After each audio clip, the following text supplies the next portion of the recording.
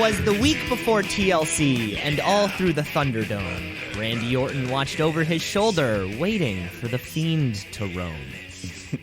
That's all I got. I couldn't quite think of another rhyme to go with that, but that's how we're starting off the show. That's okay. That's a good first chapter there. That's right. You're listening to the Shoot Brothers Wrestling Podcast. Of course, this is the only wrestling podcast that you can find online. It's hosted by myself, Cameron Osborne, Mike the Shoot Shepherd. Oh! And he's right over here as our weeks are dwindling down because I believe 2020 is dwindling down. I believe, and only a week from right now, it'll be Christmas Eve. Yeah, the meme of the year 2020 is almost dead.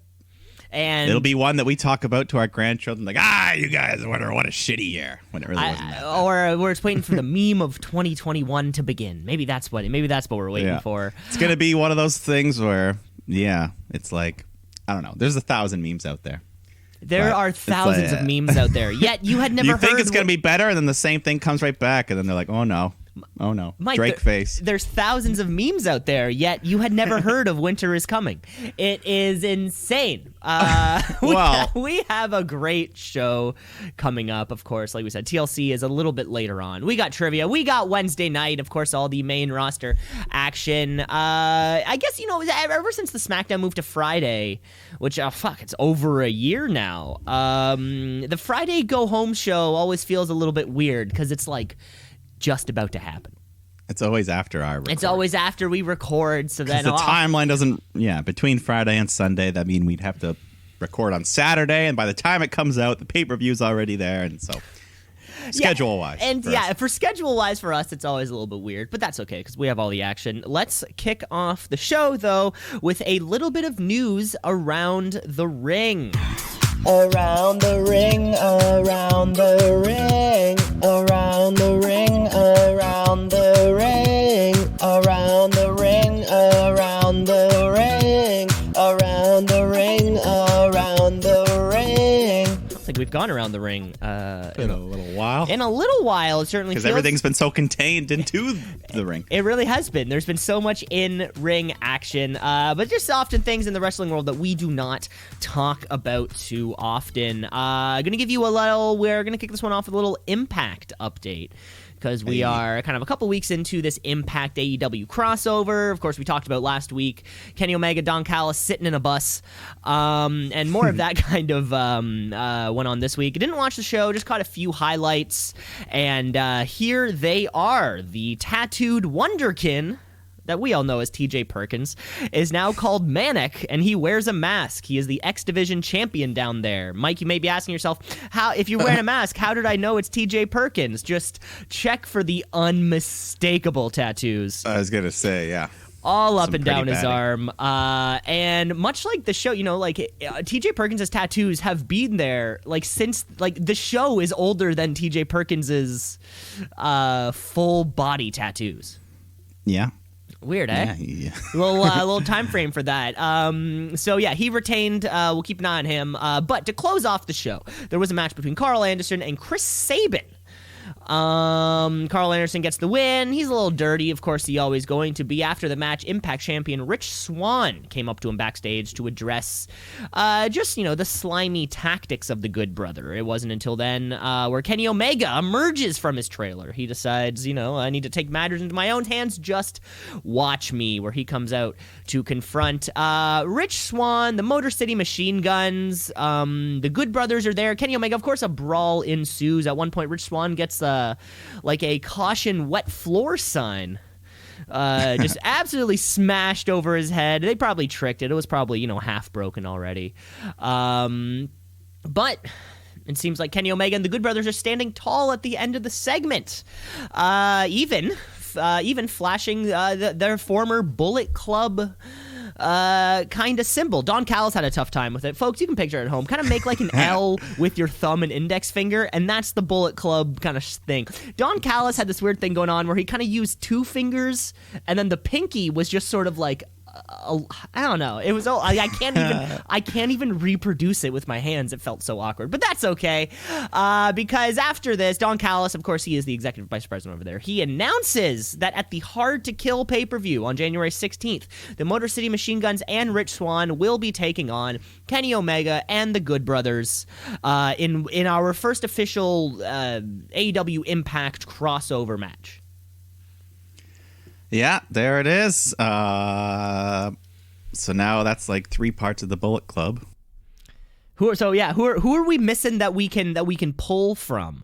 Of course, the rest of the AEW are all, but I mean, I guess we can't use AJ, Finn, Adam Cole, Bebe. No, well, yeah, we can't have everyone, but can't have it all. But it is exciting to see what the world can go on. More Kenny Omega news, though, because, of course, he is trotting around at least North America for now, just collecting these belts. And this past weekend, he was able to defend his AAA championship at Triple Mania.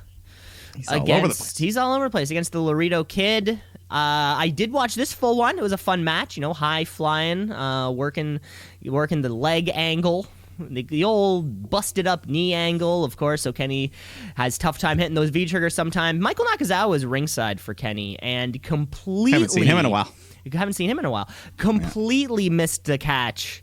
Kenny goes for a big tope con hero over the top rope, and Michael Nakazawa had a little too much of that baby oil. He was a little too slippery because Kenny Omega pretty much falls directly on his back. Was he just not there? He just didn't catch him. He just didn't. I think. Okay, what it kind of looked like. What happened was either Kenny's dive was too far, or Michael Nakazawa was too close to the ring. Because it wasn't until the air Nakazawa kind of realizes, oh, he's going to out jump me. And then he sort of tries to quickly step back, but then he himself kind of falls over. It's just it was a little botch, but it's not taking anything out of it. At the end of the match, Kenny retains, extending his 410-day reign as champion. Laredo Kid, however, did have a friend at ringside, and his name was I want to make sure I get this right, El Hijo del Vikingo. Who's that? I don't know, but let me tell you, he's 23, and he had a few little spots throughout this match where he got to defend his friend. He's 23 and looks ready to take on Kenny Omega whenever he's ready to defend that title next. Yeah, young guy, but he seems to have it going on. Hey, keep an eye out. I already forgot his name. El Hijo de Vikingo, not Phantasm. So it's kind of like he kind of looks like... Does he have horns? No, but you ever seen the show Vikings? They're on Netflix. Is Edge on that show? Edge is on that show. I've never seen it. I've only seen clips. I've seen clips or promotions. He kind of looks like he's like a character from that show. Okay. If you can kind of picture that shtick of that look of a Viking. But like a lucha Viking or just a Viking? Like a lucha Viking, yeah. Okay. Yeah, take that, take that, War Raiders or Viking experience. Take that. Whatever you go. More news stepping away from Kenny Omega. He'll be in the news for a long period of time, though. This past week's Monday Night Raw, the Monday Night Raw that we'll be talking about in a little while, is officially the lowest rated Monday Night Raw of all time. Apparently. Now, who knows what ratings mean? I certainly don't. However, this... I know we don't contribute to them. Certainly, we're not a part of this. However, this week's Monday Night Raw averaged 1.527 million viewers, which may sound like a lot. However, it is down 12% from last week's $1.7 million. And even worse... Dollars? Sorry, viewers. That's okay. Viewers. And even worse, in that key 18 to 49 demo, where, of course, Chris Jericho runs supreme, or he likes to think he does, every single hour of Raw drew a lower rating than this week's Dynamite within that key demo. Thank you for the demo god. Of course, this is coming off of the heels of a report of many of the pros that we love being sent back to the Performance Center. Keith Lee and Otis being some of the biggest names on that list. Yeah. Even though we saw, I think everyone on that list appeared on the shows this week. Right? Very weird too. But this whole kind of thing seems to be reminiscent of that faithful episode of Raw 2 years ago, where the McMahon family assured us that they were going to give us what we wanted. And short of Batista yelling those lines back to us, just give me what I want. Yeah. We've seen this message in odd little spurts, amazing, then crap, and then amazing, and then crap. And so the reports are going around that the mood at the WWE offices is that they're taking this seriously. Apparently things are not sitting well with the WWE higher-ups, whether this means a big angle, a big return, a reboot, or hell, even a superstar shakeup. I think anything and everything is on the table, Mike. What do you think about this uncertainty that lies at least with the Monday Night Raw? Which is WWE's flagship show. I don't know. I think these are the ebbs and flows of wrestling, and we're getting through the toughest part of the year, coming to the biggest part of the year when Royal Rumble comes around, and we'll have a clear direction then, I think, of what's going on. But that's a month in between to tweak and fiddle, and if they want to change things up, now's the time to do it. And now is the time. Of course, yeah, we do have a pay-per-view this weekend. But it seems like SmackDown's chill. People are loving SmackDown. SmackDown's beating all of them. SmackDown's people are loving NXT. Yeah. But no, SmackDown, I think, is like 2 million a week, just consistently. Raw used to be number one forever, but now SmackDown's pulling ahead. It's the better show. What's happening to Monday Night Raw? What is it? Old man Vince. Old man Vince. Well, but presumably you would have to think that, he's making some decisions over on the Blue Brand himself, right? Like, what is it about Monday Night Raw that people are finding aren't working? It's just always been the... I don't know. It's easy. They could fix it if they want to. Any suggestions on how they would? How would you respond, Mike, to low ratings? Hire us. Displeased. Is that why you're saying nothing controversial in the present? In case they're like, why would we hire Mike Shepard? No, I'll say controversial things. I just don't really think it's that big of a deal to worry about right now. You think this is nothing to worry about? The likes of, Keith Lee's not being used properly, but that's okay. Retribution is what the fuck. No, I'm not saying it's okay. I don't think, him being sent down, I don't even think that's really, it's not going to make a difference. He's still going to be on the show every week. And right. I don't know. I remember when Big Show first made it to WWF, they sent him down because they're like, you're too fat. Go lose some weight. Because it's always weird when a report like this comes out because you immediately compare to the names not on the list of those being sent back. And then things like that Keith Lee gets sent back, but Nia Jax remains. That's, you start to wonder, why are certain people being given the shit end of the stick where others are not? Yeah. And it could be for anything. It could just be for... working out or his promos. Keith Lee doesn't cut a very good promo. So who knows? That's true. And Nia Jax does. So, well, no, but they can't all be compared to I guess in Nia's. They can't all I think for the sake of Nia, she's literally the only one of her type on the whole roster. So they're like, we only have one giant woman, so we need her. I guess we got Nyla Rose on the other side. Yeah, she's her counterpart, and equally not that great. And was a champion for some inexplicable reason. And she's not like most girls, both of them. They're not like That's all the news that I have for this week, Mike. Hopefully Monday Night Raw can turn it around in a lot of people's eyes, though. Yeah, we'll see. I guess fallout from TLC, it'll be... who knows? Who knows? Let's get right into the show, though, because that's all the news that we have. But before we get to the actual in-ring wrestling action, let's crown some champions. Let's talk some tweets of the weeks. Whoop. Or week. Her boyfriend, he tweeted, it's just the tweet of the week. Not bad. That was a fun song. Who was that? American Hi-Fi. I think that. Yes, Big Shiny Tune 6. Yeah, One Hit Wonders. Great tune. Yeah, couldn't And tell for those that are wondering, it's Flavor of the Week with an A, not two E's. Flavor of the W-E-A-K. Oh, okay, yeah. Flavor of the W-E-E-K. No more of this, though, because we're not talking about American Hi-Fi.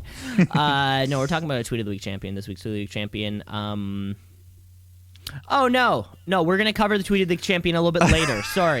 Swerve! Sorry, swerve. My mistake. It's pertinent to. I mean, I led you. Okay. It's pertinent to a part of the show, so That's I fair. will. I think similarly. I think we did this the other week too. We gotta wait, because it was sort of came after that. So let us tarry no further. Then let's kick off SmackDown Live. Okay, folks, it's Friday night. It's time for SmackDown Live. It used to be on Tuesday, but then I think it was on Friday before, though. No, wait. We used to film it on a Thursday and then release it. It's just SmackDown Live. All right. Let's get this opened with, the formalities that we got to get through. Adam Pearce is in the ring because we got a contract signing between the boss, Sasha Banks, and Carmella. Banks comes out. She sits down and she says, "What the hell, Adam?" She opens up the leather folder. There's no contract inside. So she thinks it's a setup. Carmella appears on the Tron. She's got the contract. She signed it. And she has it hand-delivered by her new servant. I forget what his name. Some dude with dreads. She said his name. It was a weird name. Yeah, I didn't catch it. Doesn't matter. The contract comes out. Sasha pulls out this big stamp. And she just, boom, certifies. I like that stamp. A comically large stamp. Yeah. Illegally, you're allowed to do that. You can stamp your signature. Oh, what do you know? Oh, if you can e-sign something, then surely you can. I mean, it's dangerous, though. Easy to forge a stamp, I'm sure. I'm sure. But anyway, she stamps it. Sasha says, "Bitch, we can do this tonight." So Carmella says, "Okay." So Adam Pearce says, "Fuck yeah, let's do it. Women's title match, main event." And then Sasha beats up this servant and stands tall.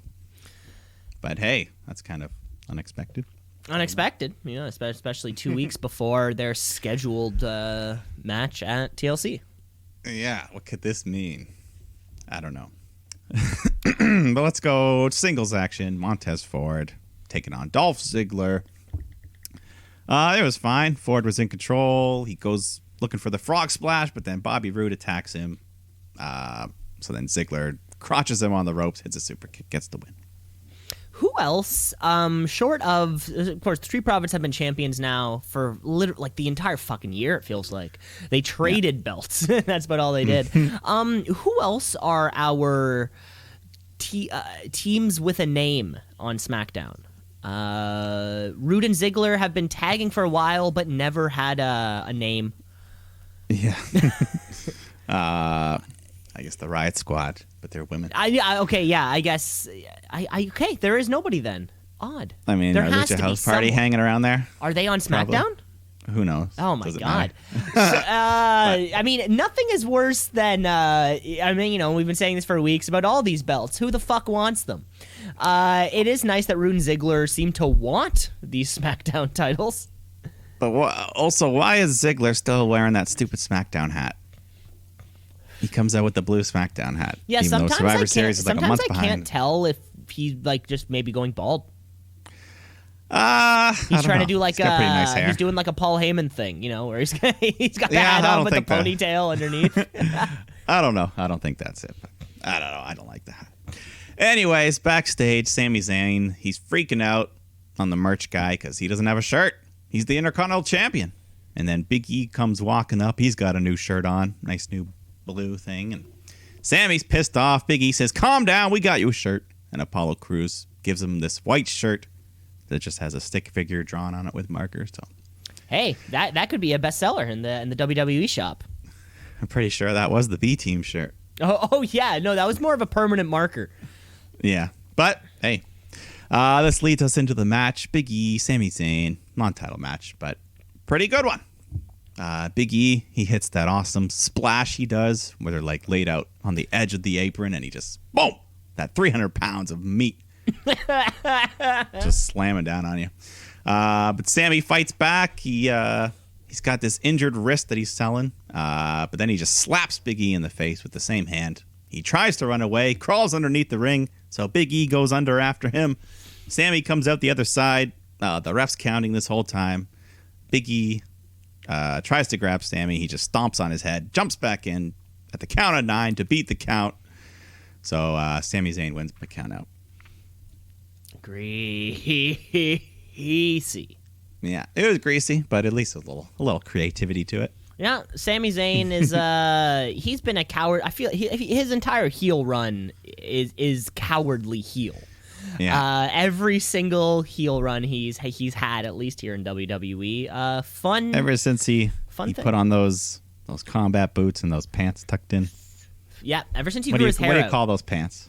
Like they're almost like they're like army fatigues. They're like those type of pants. That's the word I was looking for. Fatigue. Why do they call it a fatigue? That is a good question. Okay, Kevin Owens comes out.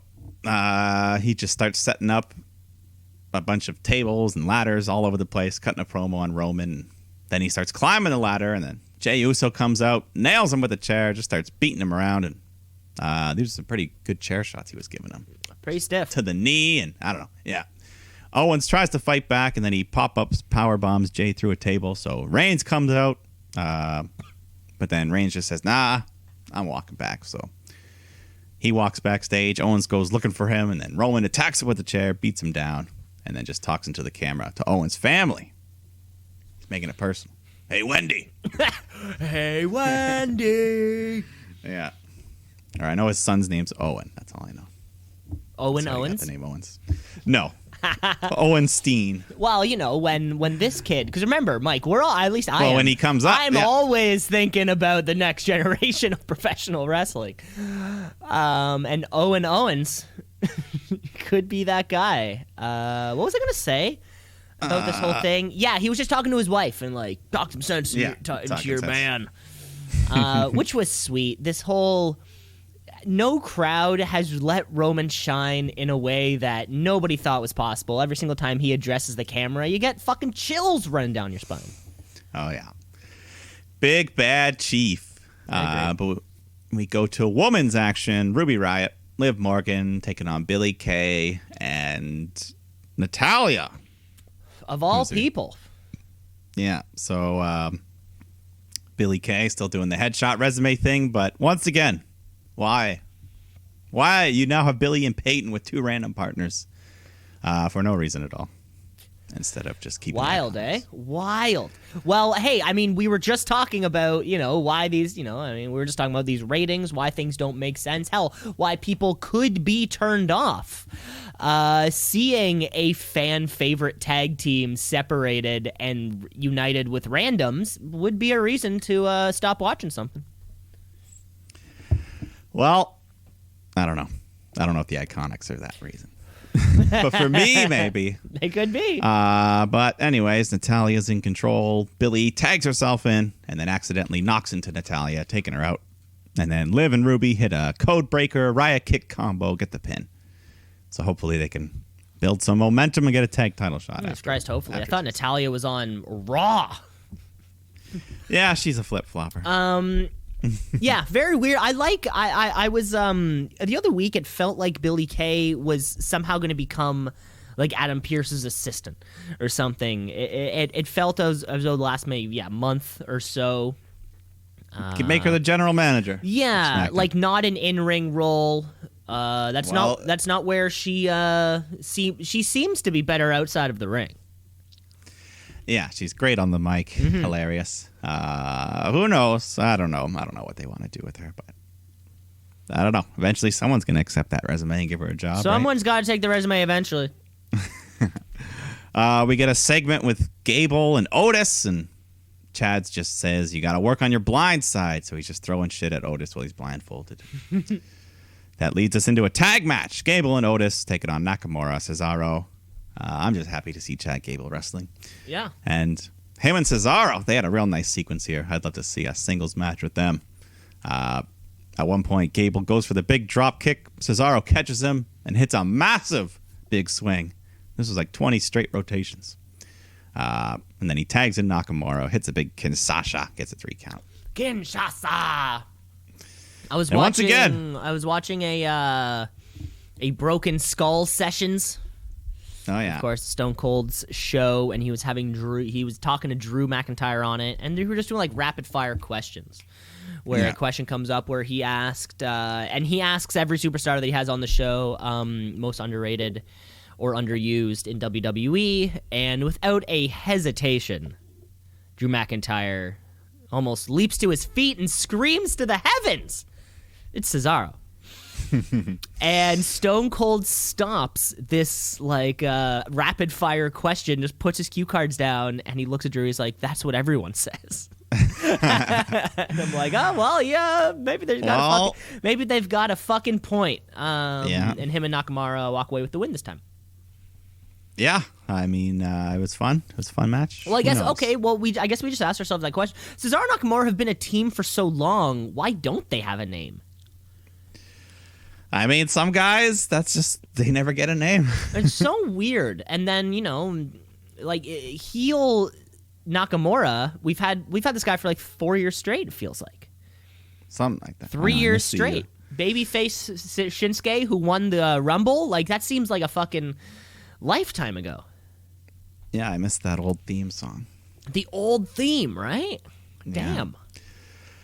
Anyways, afterwards, backstage, Gable says to Otis, "I didn't really want you to tag me in there. You had the match won.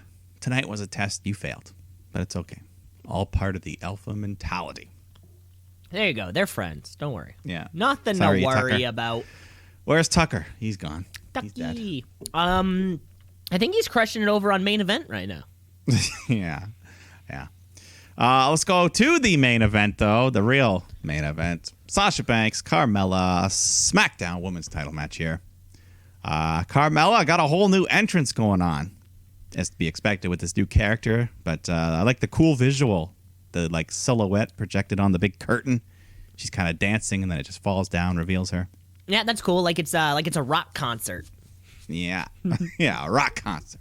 Or an Austin Powers scene. Yeah. She should start doing like spraying lotion, making it look like she's peeing and stuff. That old bit. Anyways, this match is pretty good. Carmella showing her new heel style of wrestling. She hits Vicious, the X Factor, the face buster to Sasha right on the edge of the ring. Always love a good ring bump there. Yeah, Mella looking aggressive. She had her servant at ringside. She had this whole table with champagne on ice ready to go. She locks in her submission, the Code of Silence. A cool move. Not many people have that flexibility to pull it off. But anyway, Sasha reverses it into the bank statement. So her assistant, Somalia, that was his name. Isn't that a country? That is also a country. Yeah. So Somalia tosses a bottle of champagne into the ring. So the ref goes to remove it. Then this dude grabs Sasha and yanks her out of the ring. Man on woman. So Sasha chases after him. Carmella takes advantage, but Sasha reverses her and then just starts pounding on her in the corner. The ref starts counting. Sasha refuses to break, so the ref has to DQ her at the count of 5. Then afterwards, Somalia tries to pull her off, so she attacks him with the backstabber, gives him the bank statement, but Carmella recovers, kicks her in the head, grabs a bottle of champagne, and then just smashes it over Sasha's back. And Michael Cole Do you think it was a little bit of the bubbly? inside. No, I mean, you they said bottle of branded? champagne, so I said, do you No. think it was a little bit of the bubbly? No, I think it was Dom Perignon and Moet Chandon. And anyways, Michael Cole was like, "What the hell? Are you crazy?" He was going nuts, even though we all know it's rigged. Yeah, that would have been one of the announcer moments of the week. Yeah, but then she drinks a glass and just starts spraying everyone with another bottle, like she won the F-150, whatever that thing's called. Like What's you it called? won the F-150. Right? That's what it is. You're either thinking of like That's the style of Formula racing, right? One Formula or but that's saying or you're thinking of like the Daytona 500. Like you're Well, yeah. You're thinking of But two that's different- what she was doing. She was spraying the champagne on everyone's nice suits. The commentary. You know, what if you had a nice $1,000 suit? Hey, I Can't get agree. a dry clean. The Hurt Business goes through this every single week. You look at Cody's suit budget. He's ripping through suits because he's always fucking taking coffin drops and shit like that. This was Carmella's first match back. I think since she left, and then the vignettes. Yeah. I think this is her first in-ring performance. No real ring rust. I still don't like her. Like the character, I still or just her think, in general. Yeah. No. Both. I don't know. The Staten Island Queen, I get it. You gotta move on from gimmicks. I just don't think this is the one that's necessarily clicking. Just with me. No, I hear you. And so, I don't think that Carmella too. She'll never be fully convinced. Or if Sasha was playing the same character, she'd have more to it. I'd be more believable, I guess. And yeah, unfortunately, out of the I'm gonna say the 4 horsewomen plus early NXT kind of time, right? There are sort of, because I do want to include kind of like Alexa Bliss in this group of the 4 horsewomen and the 7 apostles. Exactly. How many apostles there will be. And Carmella's always sort of feels like she's sitting just kind of on the outside of even that next ring of the group. Of course, we have 4 horsewomen. I would, Alexa Bliss is such an incredibly strong performer. Even I'd put Asuka, and Ember Moon, anybody who was kind of taken from this little chunk. And Carmella still doesn't feel like she's on that level. No, she's like one tier above Dana Brooke. Yeah, but only because she's won titles already. Exactly, which is almost like the worst place to be in. It's like a sports team, or like a hockey team that's consistently finishing 7th through 9th. So you're never going to get a high lottery pick, but you're kind of always making the playoffs, but you're losing the first round in 5 or 6 games. It's this constant mid of the pack, never has a chance. Well, just like Carmella at TLC, I think. Doesn't have a chance. Yeah, and that's the other thing. Having this championship match on the week before the thing, no way Carmella's going to win, but it's got to be a hard position for to come back, new gimmick, and then immediately lose. I feel like she may fall into this Lacey Evans territory. She technically won this match. Oh, yeah, that's a good point. I know, but it doesn't matter. Yeah, I'd worry she'd fall into Lacey Evans' time, especially if we're building towards, let's say, Sasha Bianca Belair at Mania. Let's just say that, right? I'll say yes. I'll say yes. So we do have all this time to kill. And remember when that happened with Lacey Evans? She came back, or she premiered on the roster, and then just kept taking losses to Becky Lynch, and then it was her and Constable Corbin. Then they were taking losses to Lynch and Seth Rollins. It took Lacey like a year and a half to get a pay-per-view win. Exactly, right? I would worry that this could fall into that same category. Yeah, we'll see. Either way, I don't think the ceiling is too high for this Carmella character. No. I don't think so. Hope for the best, though. Let's see what you do at TLC. That was our SmackDown show. Let's move across to let's go to the worst rated episode of Monday Night Raw of all time. Monday Night Raw. Let's get raw.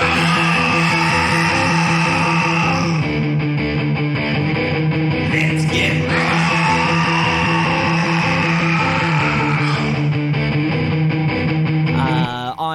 December 13th, December 14th, 2021 will live in infamy as the You said 2021. 2020. Sorry, my mistake. Well, no, you may have just predicted a future event, Mark. What are the odds that December 14th is the same in 2021? Or it could be a Wednesday. You never know. I don't know. Is it a leap year? Yeah, maybe something big happens. December 14th is a Tuesday. Watch out, Impact Wrestling. Maybe. Oh. Kenny's coming What's for you. Roman Reigns doing in the Impact Zone? The Tribal Chief takes on Kenny Omega in an Impact ring, calling it right now. Could you imagine? That'd be pretty cool. That would be pretty cool. That's probably one of the biggest dream matches you'll never see, Omega versus Reigns. Can't imagine it ever happening. Yeah, Kenny and Reigns would be sick. But hey, Mike, I gotta say this, and you tell me this all the time. Never say never. No, I will not. Anything's possible in wrestling. Did you ever think the Cleaner and the Lunatic Fringe would put on a 4.5-star classic? Well, I mean, 4.5 stars is okay. Okay, you focused on the wrong part of what I was saying. I mean, yeah, no, since he's been A&W for a year, yeah. Did you say A&W? Yeah, I did, yeah. Oh my god. Can I get a teen burger, please? Can I get 2 teens and a grandma sandwich? Yeah. No, AEW, they've both been there for a year, so it was bound to happen. Yeah, maybe. Well, I guess, in 2018 or 2017, you would have never seen that coming. No, but I would have hoped for it. Would have dreamt about it. Okay, Yeah. like we said, we're talking about the Red Brand. We're not talking about professional wrestling fantasies that may never come true. Let's just kick off the show, because this week we kick off with a very special episode edition of The Dirt Sheet. Yeah. Why the dirt sheet? Why not Miss TV? Who cares? Who cares? Same Because thing. it's the same thing, and I feel like they just kind of alternate which version they do. Yeah. They go Dirt Sheet, Miss TV, Dirt Sheet, Miss yeah. TV. As long as that little cover on the microphone is turned upside down, Yeah. The Miz. just like my spinner belt is always set to Miz mode, as I like to call it. It's when it's when you flip it. So we got the dirt sheet. And much like the beginning of this show, Miz is reading his little Christmas Carol book, The Nightmare Before TLC. Nice custom cover. Has AJ dressed as Santa Claus. And Right, because we do have a Christmas tree in the ring. Because now, I don't think we had it on Friday, but now we are in holiday mode. yeah, I guess Officially. because next week is still before Christmas, so they'll just keep it up for a week or two. And there'll and probably it's be fine. some Christmas type imagery at TLC, like a ladder wrapped in garland. Yeah, they should have like a tree match where you have to climb to the top and get the star. A tree on a pole match. Yeah, or you have to put the star on the top. I do like that. Anyways, so he's reading the Christmas Carol, and as he gets to the part about AJ, he snaps his fingers and a spotlight appears, revealing AJ. And then he mentions Drew and snaps his fingers, revealing John Morrison, dressed like Braveheart, mocking Drew. So AJ and Morrison, they just start pantomiming this fight scene as The Miz reads, and he says AJ will climb the ladder, claim the glory, and if he fails, Miz will cash in and save the day. But then Sheamus comes out. He's had enough of this. He's in the mood for a fight. So AJ throws a Christmas tree at him and just runs away with Omos. So Sheamus throws a big present at his head. Hits AJ in the head. And every time around the With hall, a PS5. and we didn't get it.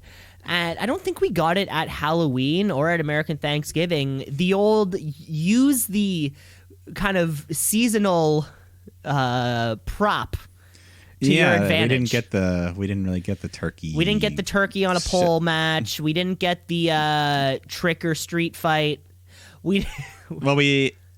Halloween Havoc had a little Halloween bit. Havoc had a little bit of that, but I guess when I was thinking something silly, I always think about it Yeah. being silly and on the main The roster. Miracle on 34th Street fight. Exactly, That'll probably happen next week. things like that. So it was great that we finally got to see someone take a present, and AJ Styles is going to take that prop bump. Yeah, that's fine. Yeah. But they have a match. Sheamus, AJ, pretty good. Evenly fought bout here. AJ's looking for the calf crutcher, working over his leg, and it pays off when Sheamus climbs to the turnbuckle. AJ attacks the leg from behind and quickly covers Sheamus for the 3. And then after Sheamus tries to attack him, so almost gets a hold of him, or he gets a hold of Sheamus. And it was kind of, I don't know, the way the spot worked out was pretty good. Sheamus tries to get out, and his foot gets caught, so he's just dangling upside down. AJ starts kicking the shit out of him and almost gives him a chair, and AJ just nails Sheamus, hanging upside down with a bunch of chairs. Cool visual. Yeah, that was a good end spot there. Sheamus is so big, and AJ Styles can move so well that these guys have such incredible chemistry. Every lariat makes them flip 1.5 turns on the same Drew McIntyre Broken Skull session, by the way. I guess, fuck it, I'm just going to say it. Go watch it. He said Drew McIntyre did say that the hardest hitter in WWE was Sheamus. And it's matches like this where you watch someone like AJ Styles take all these bumps and you fucking believe it. Oh, yeah. Yeah. He is a heavy hitter, that's Sheamus. Yeah, I agree, and I mean, AJ Drew this weekend, but I mean, who knows? Drew Sheamus could be the match to watch. Yeah, I mean, Sheamus is lingering in this whole scene, anyways. Yeah. So we'll see. But then we got New Day, Jeff Hardy teaming up to take on the Hurt Business. And Riddle's on the outside because he's still trying to buddy up with Jeff, make the Hardy Bros. So he's supporting the baby faces here. Match was fine. Six-man tag stuff. Eventually it comes down to Hardy and Lashley. Hardy goes for a whisper in the wind, but Cedric knocks him down. Lashley gets the Hurt Lock, gets a submission win. Bobby Lashley does not have a match, I don't think, this weekend, but the rest of the Hurt Business is challenging the New Day. Yeah, it's weird. Like we said, this U.S. title, he isn't really defending it much. He's still on the show and looking strong, but he's not doing anything. Wait. Is it Lashley Jeff Hardy? That would stand to believe, right? Why not? Yeah, why not? Throw them on the card. That has pre-show written all over it, baby. Yeah, that makes sense. I'd be happy with that. So we'll see. Yeah. But anyways, here's the match I've been looking forward to. We got women's action. Lana taking on Nia Jax one-on-one. We've been building for this. We've been building months for this, baby. Months of this. So here we go. Big bad Nia. She just starts off trying to bully her way around the ring, tossing Lana around. But she picks her up for a big gorilla press. But then Lana reverses it into a Hurricane Rana. She goes into the corner. You mean a Hurricane Lana? Sorry, a Hurricane Lana. So they go to the corner. Lana climbs up the top rope. But then Nia climbs up after her, gets her up, looking to hit a Super Samoan drop. But Lana ducks under, takes out her legs from behind. So Nia's hanging on the ropes, and Lana hits a nice double foot stomp to the face. Great move. And then she pulls Nia's legs over her head, making a cover and showing surprising flexibility for Nia. Because she holds her down for the 3. Lana wins. Awesome upset. Asuka's going nuts backstage celebrating. But then Shayna Baszler attacks her from behind. And then the sore loser Nia does the same to Lana. So Shayna comes out, the two of them double team poor Lana, just beating the shit out of her and showing her amazing flexibility as Shayna just starts contorting her legs, and I think her hip just fully rotated 360 degrees as she was doing this. And then they take her boot off and they start attacking her foot. Nia hits an earthquake leg drop onto the leg. Lana's crying in pain. Finally, Asuka comes out, makes a save, but she's very upset, concerned for her friend. And then later in the show, they question the status. They say Asuka might need a new partner for the tag title match on Sunday. God, not Lana. This was the payoff. We've been 3 months of television. This she has could been still the fight. Payoff because this was a big cover. You saw it. I saw it. The entire world saw it. And our brand new Tweet of the Week champion. It's the Tweet of the Week. It's the Tweet of the Week. Also saw it. Brand new champion. First time ever, I think, as I look, and I'm right. This week's Tweet of the Week champion goes on to someone who would be supporting Lana through all of the ups and downs in their life. That's right. It is Miro walking home with this week's Tweet of the Week championship. You may have seen this. We all saw the interesting way in which Lana pinned Nia. It was sort of like they were sort of opposite, up, reversed. But then the way Nia was pinned, it sort of seemed like Lana's head was just sort of right up Nia Jax's little rear end there. I believe they call it. If you could kind of picture that, of course, Miro, of course, he's watching back at home. He's there in Jacksonville himself, and he tweets, I taught her this pin last night. We both won. Congrats, wife. Big ups for the big pin in the big match. See, it's gotten to the point where, for me in Nia Jax matches, anytime a spot looks big, I know it's not going to happen. Like, anytime she sets up for a spot that looks like it's going to cause a lot of damage, I know she's not going to do it because I know she can literally actually cause a lot of damage and they tell her not to.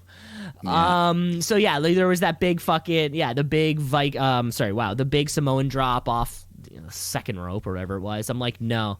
They will not let Nia Jax throw a woman that far. I mean, they shouldn't. There's nobody backstage who's going to let her do that. I will say though, I was surprised at Nia's flexibility to be able to have her legs go behind her head. Yeah, it was a weird pin for sure. Like when we were little, me and my brother would wrestle. I tried to do that to him, and he would cry in pain. It would hurt so bad. And he was smaller than Nia, so. And yeah, the potential is there for Nia to finally go over as this underdog, this total baby face. She got the win, yes, she did, but at the expense of losing the match. Will she be her own? Well, we don't know. Will she be She her might be own there. surprise entrant? Who I the hope hell so. knows? I'm still caught up in WWE's like infatuation with wrapping the entire Raw women's division up in the same storyline. Because we are still Asuka didn't have a match of her own this week. She has no direction for this title. Also, she's been like a facilitator of Lana's tag reign. I don't know, or tag push or whatever. Yeah. Who wants Lana? Who wants Asuka? Well, I just hope Lana shows up on Sunday. Yeah. That's all I need. We're so close to the finish line. Just let me have the final ending to this angle. Yeah, I Lana know. winning Mike, the I belt. hate to say it. I feel like it's not coming. Who knows? Who knows? Never say never. I mean, never say never. There's a couple things that could happen that I won't like, but we'll get to that on the pre. Let's get to Elias. He's in the ring. He plays a little guitar lick, and he introduces his slightly beefier twin, Jackson Riker. I forgot that you existed.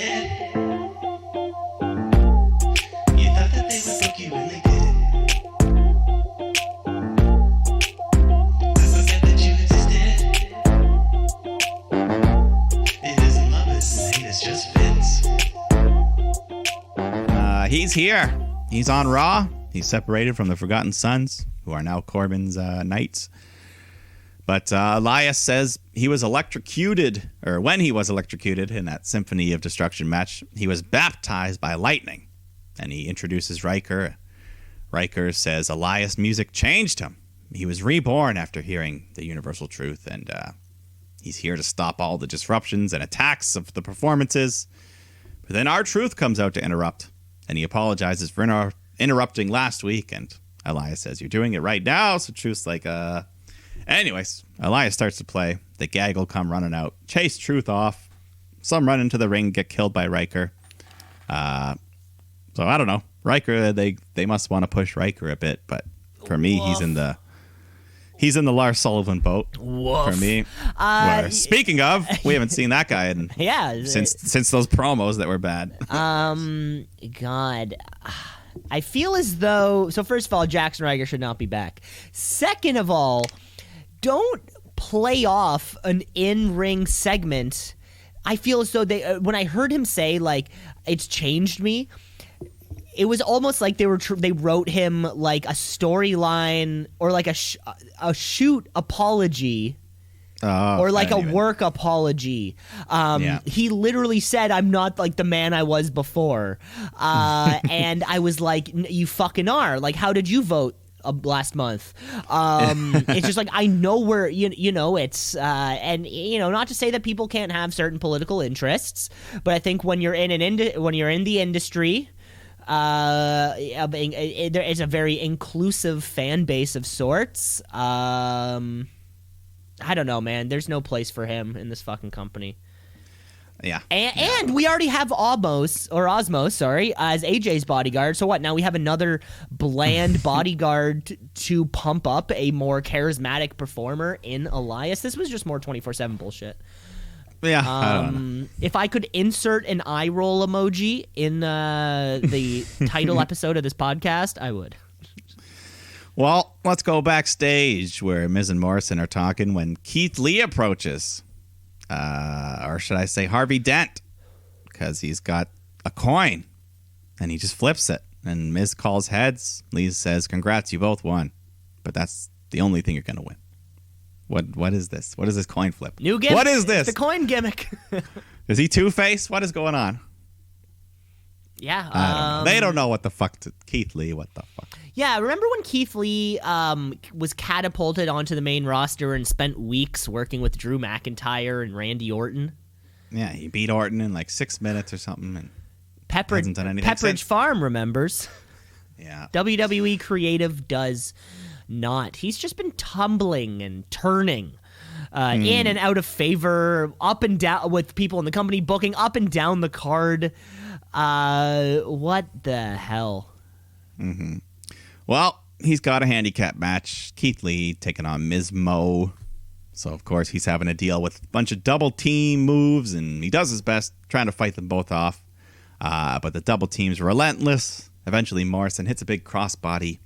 And then just him and Miz just cover Lee at the same time to add extra weight. The ref counts to 3. Yeah. So maybe a 2-on-1 match in their future? Oh, fuck. I don't know. We just did it. Oh, my God, we just did. See? There you go. Yeah. So, anyways, let's go to a live edition of the Firefly Funhouse from the Thunderdome for the first time ever. So, Bray comes out. He's got a nice Fiend Christmas sweater on, and the puppets are all here watching in the front row. WWEshop.com. Yeah, it was actually a pretty nice looking sweater.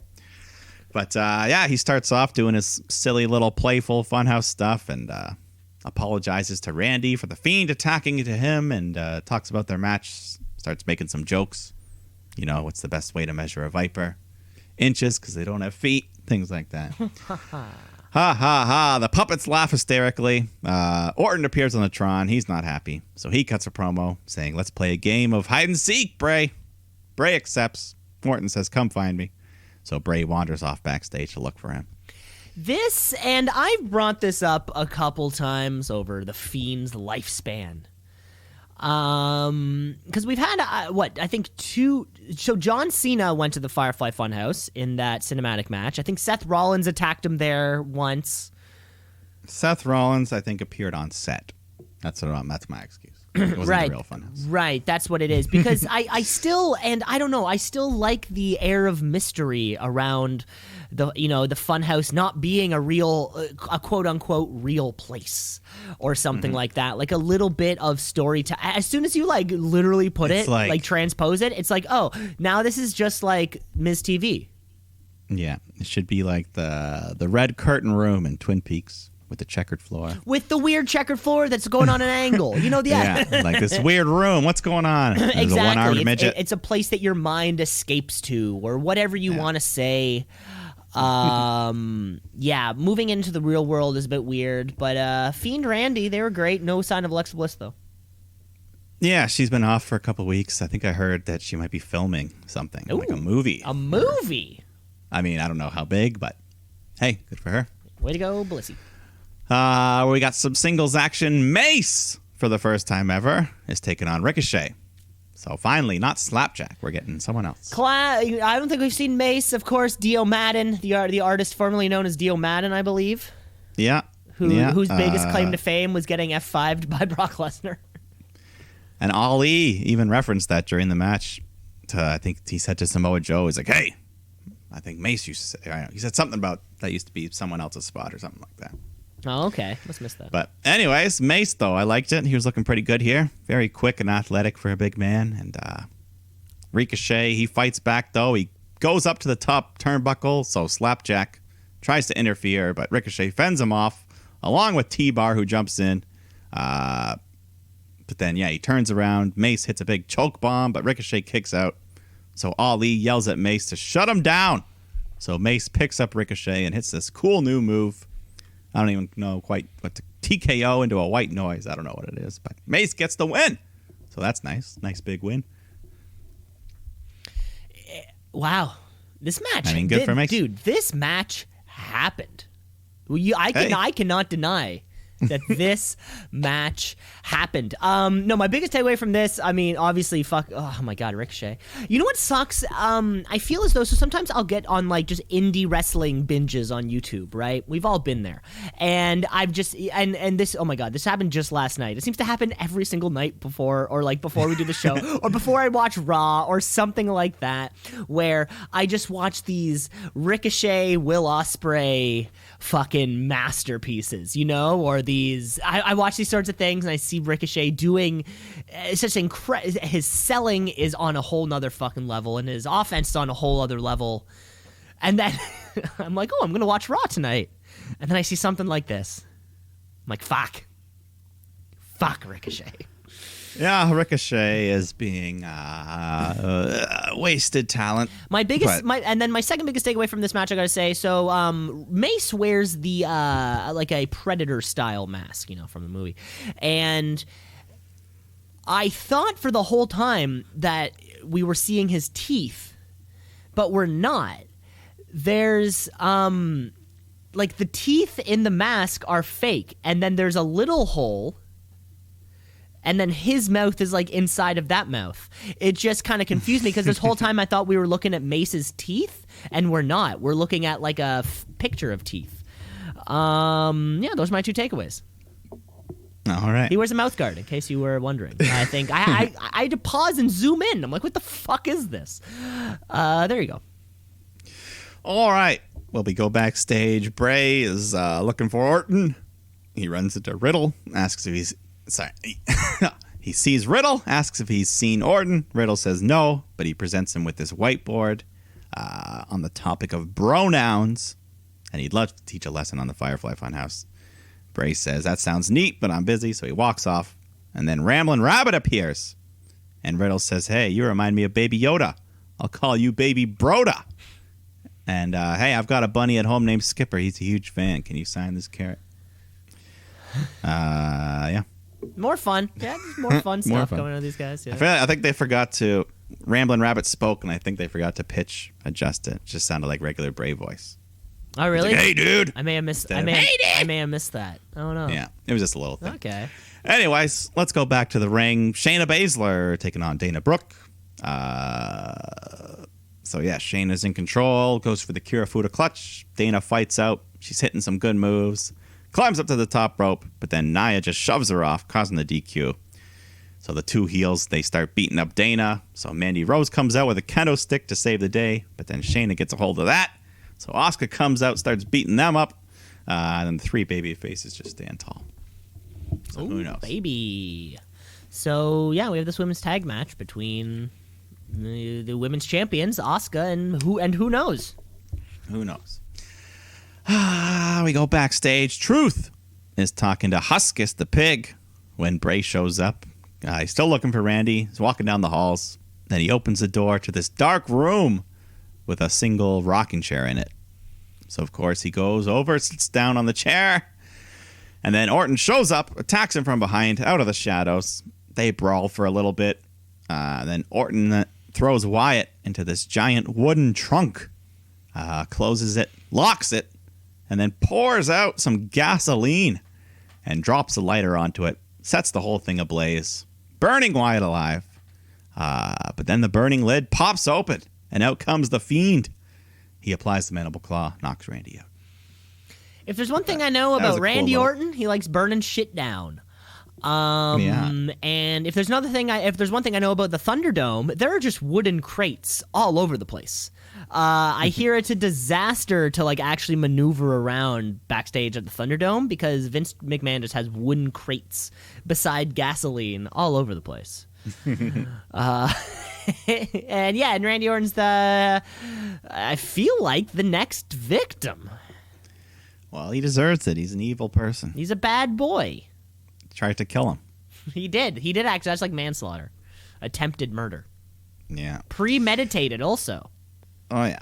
First degree. He is on camera recorded saying like, I'm going to take you down. Yeah. We go MVP versus Riddle. Pretty short match. Nothing too crazy. Riddle hits the floating bro, gets the clean win. Yeah, this Fair enough. I didn't think this needed to happen. No, especially because there was like no match after this. This was like your last match of the night. Didn't really have anything going on. Yeah, well, shit. So I'm just looking back right now because they needed that. Okay, so if that was our main event, if that wasn't our main event match, the match before that would have been Dana Shayna. Hey. Match before that was Ricochet and Mace. Match before that was Keith. Oh my God! All of these matches. Lana Nia. That's your main event. Why wasn't that the main event? Or Sheamus AJ. Sheamus was AJ. good. That was oh my. That kicked off the show. That feels like forever ago. I know. Jesus Christ! This is why it was the worst Raw ever. Probably. Ugh. But anyways, that's your last match of the night. Herpes has come out, try to attack Riddle. He escapes with his bro nuts. Yeah. But we go to the final segment, the WWE Championship Ascension Ceremony between Drew and AJ. So they grab the title, they hang it up in preparation of their TLC match on Sunday. So they all come out. AJ and Drew cut one final promo on each other. This will be their first singles match ever. So, anyways, Drew hands over the title. He hangs it up, and they start to raise it. And then AJ says, "What if it's not just me you got to face at TLC?" And then Miz and Morrison ambush him. They triple team him. But Drew fights back, starts hitting people with the ladder. He's ready to hit the Claymore on AJ when Omos chucks steel steps into the ring. So then Drew goes over to Omos, but AJ attacks him with the phenomenal forearm. And then Omos just starts handing weapons to AJ. He beats the shit out of Drew. Sets up a table, lays Drew on the table, and then climbs the ladder, hits a big elbow drop through the table, through everything. And then to close the show, he just climbs up, grabs the title, as Drew just clutches from the ground, watching on. Wow. Yeah. And see, that's the thing. I mean, I guess these boys are headed for this no DQ matchup. And, of course, we know Osmos is going to be ringside. Miz, Mo are always creeping around. That's the beauty of the no DQ match and so many helpers. Yeah, they can do whatever the hell they want. Yeah. There you have it. So that was it. Yeah, that was the end of Monday Night Raw. It was odd of a dull show. Yeah, Lana. I mean, yeah, it wasn't that good. I don't know if I would say the worst of all time, but yeah, not that good. Yeah, well, I think in terms of like worst Raws ever, what was that one? Like 2 years ago. Yeah, there's been yeah. It was like when they went to like their original venue. Oh, yeah, like nothing happened. Raw 25, maybe? Raw 25, and like people paid all this money, and they were only in that it's like I feel like 20 minutes. Yeah, I feel as though like that episode of Raw would have had much higher ratings because just everybody was watching it because they were waiting for something amazing to happen. Yeah. I feel like this whole show, you just would have shut it off halfway through. You're like, or there is the small excuse of Monday Night Football. Oh, yeah, I did hear it was like a Taking some. close game or something. But still, either way. I mean, it is what it is. It's always there. Or, I mean, half the year it's there. Yeah. But anyways, yeah, not a particularly great episode other than those two matches. Well, I'm glad we got through it either way. Mike, should we take a break? Let's take a break. Let's take a break. We'll come back. Of course, we have Wednesday night. We have some trivia, so stick around. Let's shoot, yeah, let's shoot, yeah, let's shoot, brother, yeah, let's shoot, yeah, let's shoot, yeah, let's shoot, brother, yeah. Back here with part 2 of the podcast here, folks, because I couldn't do it just in one stretch. Oh, no. Did we ever do it in the early days? Did we do it in one stretch? I wonder. We may have to go. I feel as though we've always done a bit of a break because we've always It's just the flow of the show. It's the flow of the show, and of course, I think we needed something. Well, I think maybe we started taking breaks because we said to ourselves we need something big to follow up the break. Yeah. The trivia. Trivia. Woo. Trivia. Woo. Many listeners say this is their favorite part of the whole show. Many listeners have said they just skip right ahead to halfway through the pod. A lot of people who don't even watch professional wrestling, they're just like, I just want to hear the trivia. So, Mike, this week for you, I've actually got a gauntlet for you to run. Oh, okay. Well, I've got 5 questions for you. No gauntlet. Okay. But, yeah. Who goes first? How do you want to do this? You want to run a gauntlet here? I'll run a gauntlet. Yeehaw. Pew, pew, pew. Okay. Well, Mike, it may come to some surprise. You know, the gauntlet that you'll be running actually isn't professional wrestling related at all. Oh. But it follows gauntlet rules, you know, the classic 2 men or women, 2 people come down to the ring, and it's not until one is pinned or submitted in which the next person then arrives and winner goes on. It's King's Court until the very last competitor has walked down that ramp. So today, Mike, your gauntlet is going to be some of the top potato chips on the market. So we're going to have a bunch of brands of potato chips come down, Mike, and they're going to go at it, and you're going to pick a winner. Oh, boy. All right. We'll try. It's a personal favorite winner, So, well, of course. Which one of these would win over at a party? So first down to the ring is a Canadian classic known as Lay's ketchup chips. Mm-hmm. And they are followed by possibly their American counterpart, the Ruffles All Dressed. Okay. I'm a pretty plain guy, but chips are chips. At the end of the day, I'd eat them but not a big fan of ketchup in general.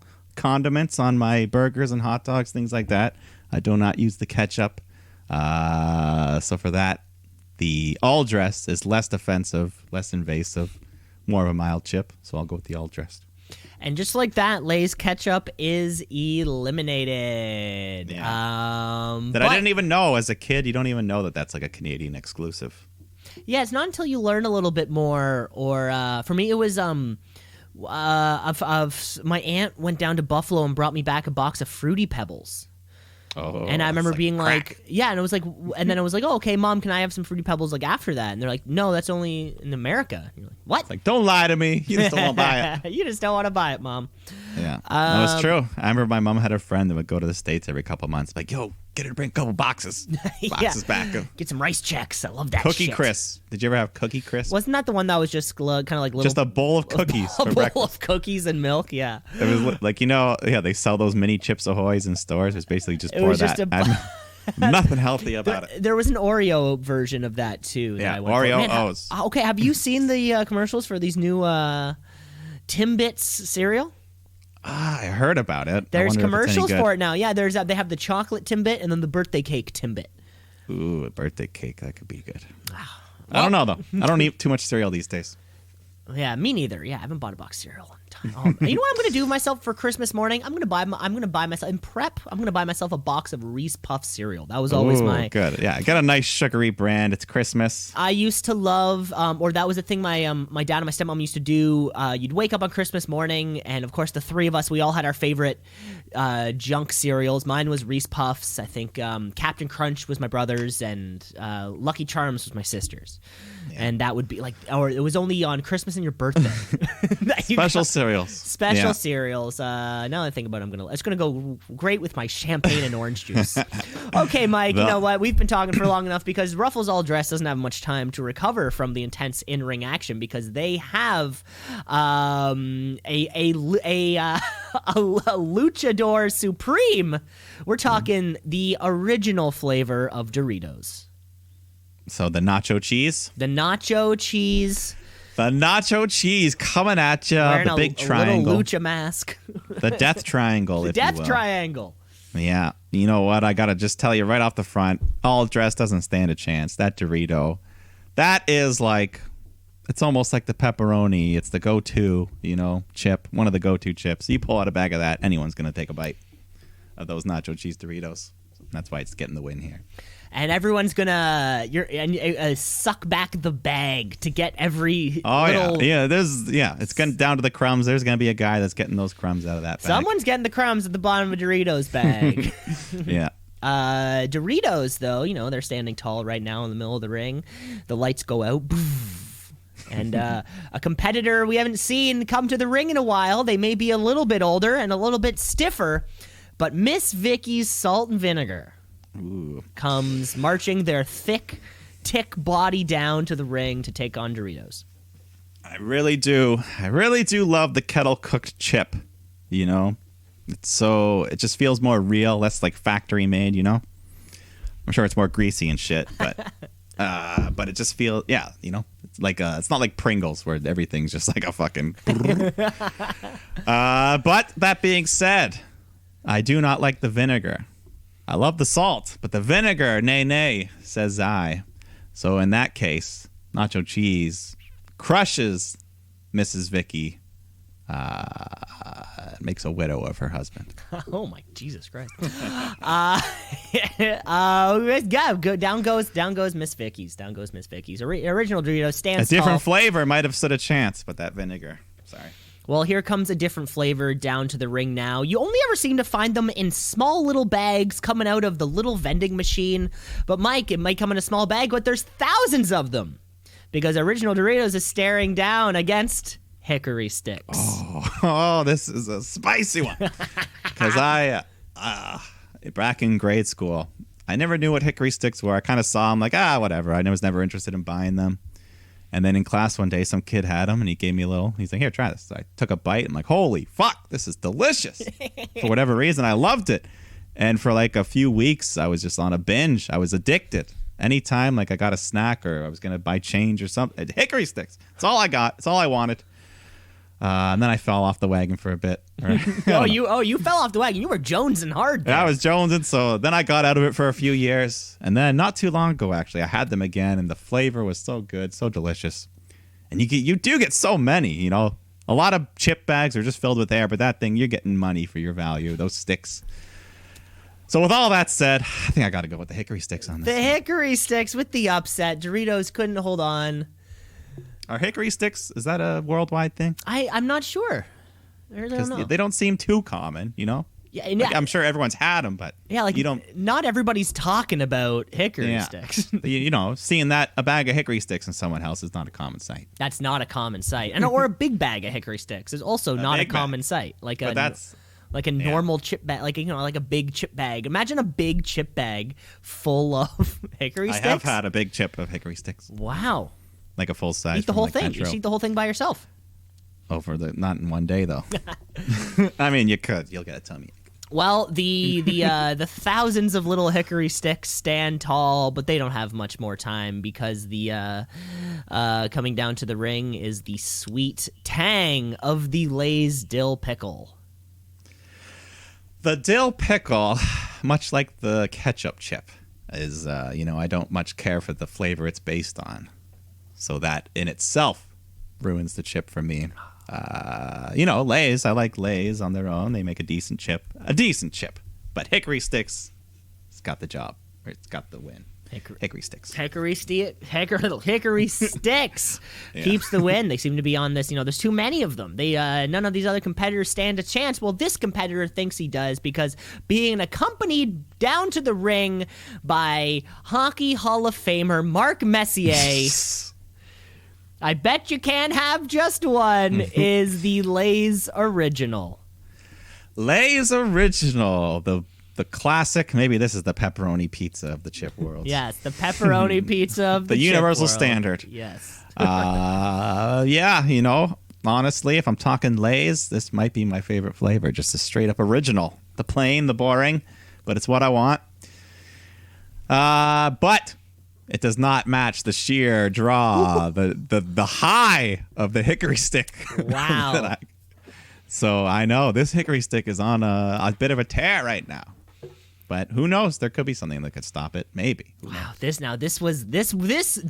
an upset right now. I gotta say, Lay's I did Original. not picture, because we are coming down to our final entrant in the favorite chips gauntlet. Hickory Sticks has stood tall after defeating Original Doritos. But this is a gauntlet. There's no such thing as a DQ, is there? No, not in this gauntlet. God damn it! There's no such thing as a disqualification. I mean, if I never had the chip, would that be a DQ? That's a good point. No, you've had Original Doritos.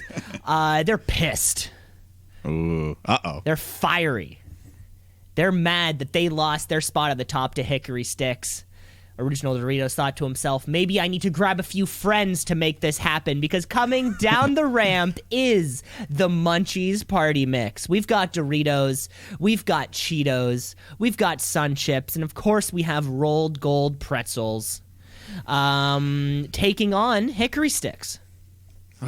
Okay, first, right off the bat, I gotta say big respect to you for picking the proper brand of Party Mix. You went with the blue bag, the Munchies. Classic blue bag of Munchies. Not the black bag. I think that's also I feel like that's also a Canadian thing, I wonder. Yes, the big difference between the two, I think the black bag has the ring-a-lows. Those ring things? Yeah, which also, not as popular in... Or the Fritos, whatever. Yeah. But no, I prefer the blue bag, the one you mentioned with the sun chips. A party mix, man. What a go-to. I mean, you got everything. You got everything in there, even the ones you don't like. It's only 1 in 5, so deal with it. It's I gotta say, I'd probably rank the Cheeto the lowest, just the plain old Cheeto. Mm-hmm. But in the bag, though, they all kind of just the flavors rub together. So even a Cheeto tastes like a bun. The pretzel, oddly enough, is one of my favorites because I feel like the plain pretzel just picks up every flavor of everything, and you eat that pretzel, it's like a buffet in your mouth. So here's the thing. Each of those 5 individual ingredients does not beat the hickory stick on its own. But does the power of that variety and party in one? I don't know. It's like this is the final entrant too. Well, right? It's kind of like the Megazord coming together. I get it. It was good timing on your part. So the munchies or the hickory stick? If I could only have one thing, one bag. I don't know. It's like, if I'm being selfish, maybe the hickory sticks, but the party mix would be a better crowd pleaser. Inclusive to all. The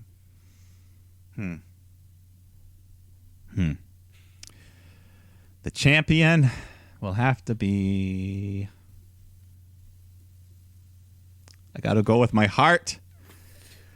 My childhood youth. I'll go with the hickory sticks. The hickory sticks were the upset. Oh my big win. Lord! I know. Taking out Doritos twice in the same gauntlet. It's hard to think about. Wow.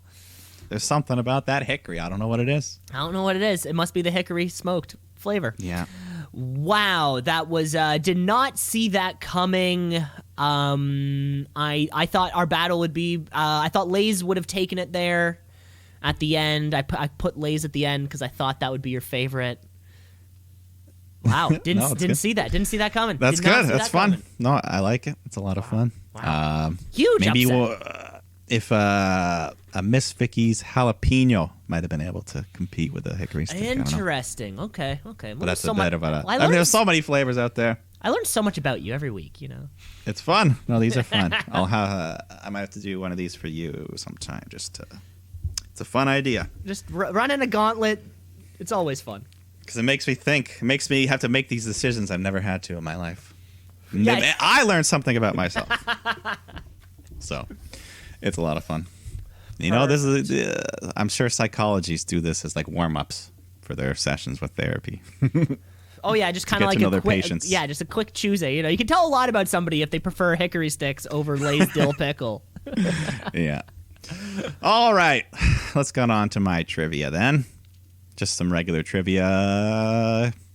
I think we did this a couple of weeks ago. You did this to me. You gave me some names of tag teams, and I had to tell you who was in those teams. Oh, that's fun. Okay. So I got 5 of those. I'll start simple. I mean, some of them might be hard, but I think you should get this one. So the first team are the Brothers of Destruction. Brothers of Destruction, that's Kane and The Undertaker. Of course. Got that. All right, let's move right along to the Legion of Doom. Oh, I've heard of that one before. That's the Road Warrior Hawk and the other Road Warrior whose name I can't fucking remember. Yes, that is it. Road Warrior blank and blank. I think I definitely know the first one's Hawk. The second one is Animal. That's right. I tried to trick you because 2 names: Legion of Doom, Road Warrior, same team. And the Road Warriors. Okay, which is weird. Move on. The next team is the Outsiders. The Outsiders. God, never heard of them. I'm gonna say they are WCW. Okay, I'm hitting something.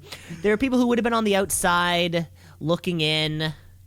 Like they don't even go here. Like that kind of thing. Who didn't belong there? Well, Outsiders might have come in. My logic train it. Okay, because when Hogan got there, then it was like NWO Boom. But I feel as though the other 2 guys were there like way before. And I'm gonna use this kind of my thinking and think that it was I guess Kevin Nash and Scott Hall or / Razor Ramon / Diesel, whatever they were called. Yeah. Whatever they were Yes. called. I'm gonna say it was those two boys. Kevin Nash, Scott Hall. That's who it was. That is who it was. They were the outsiders. Yeah, they were around for a couple months. They were talking about the third man, the mysterious third man, and then it ended up being Hogan.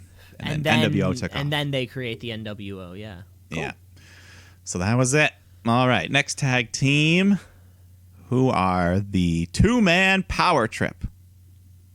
Two-man power trip. God, this one's going nowhere. Two-man power trip. I'm going to say people who were possibly in like a not like a management type role.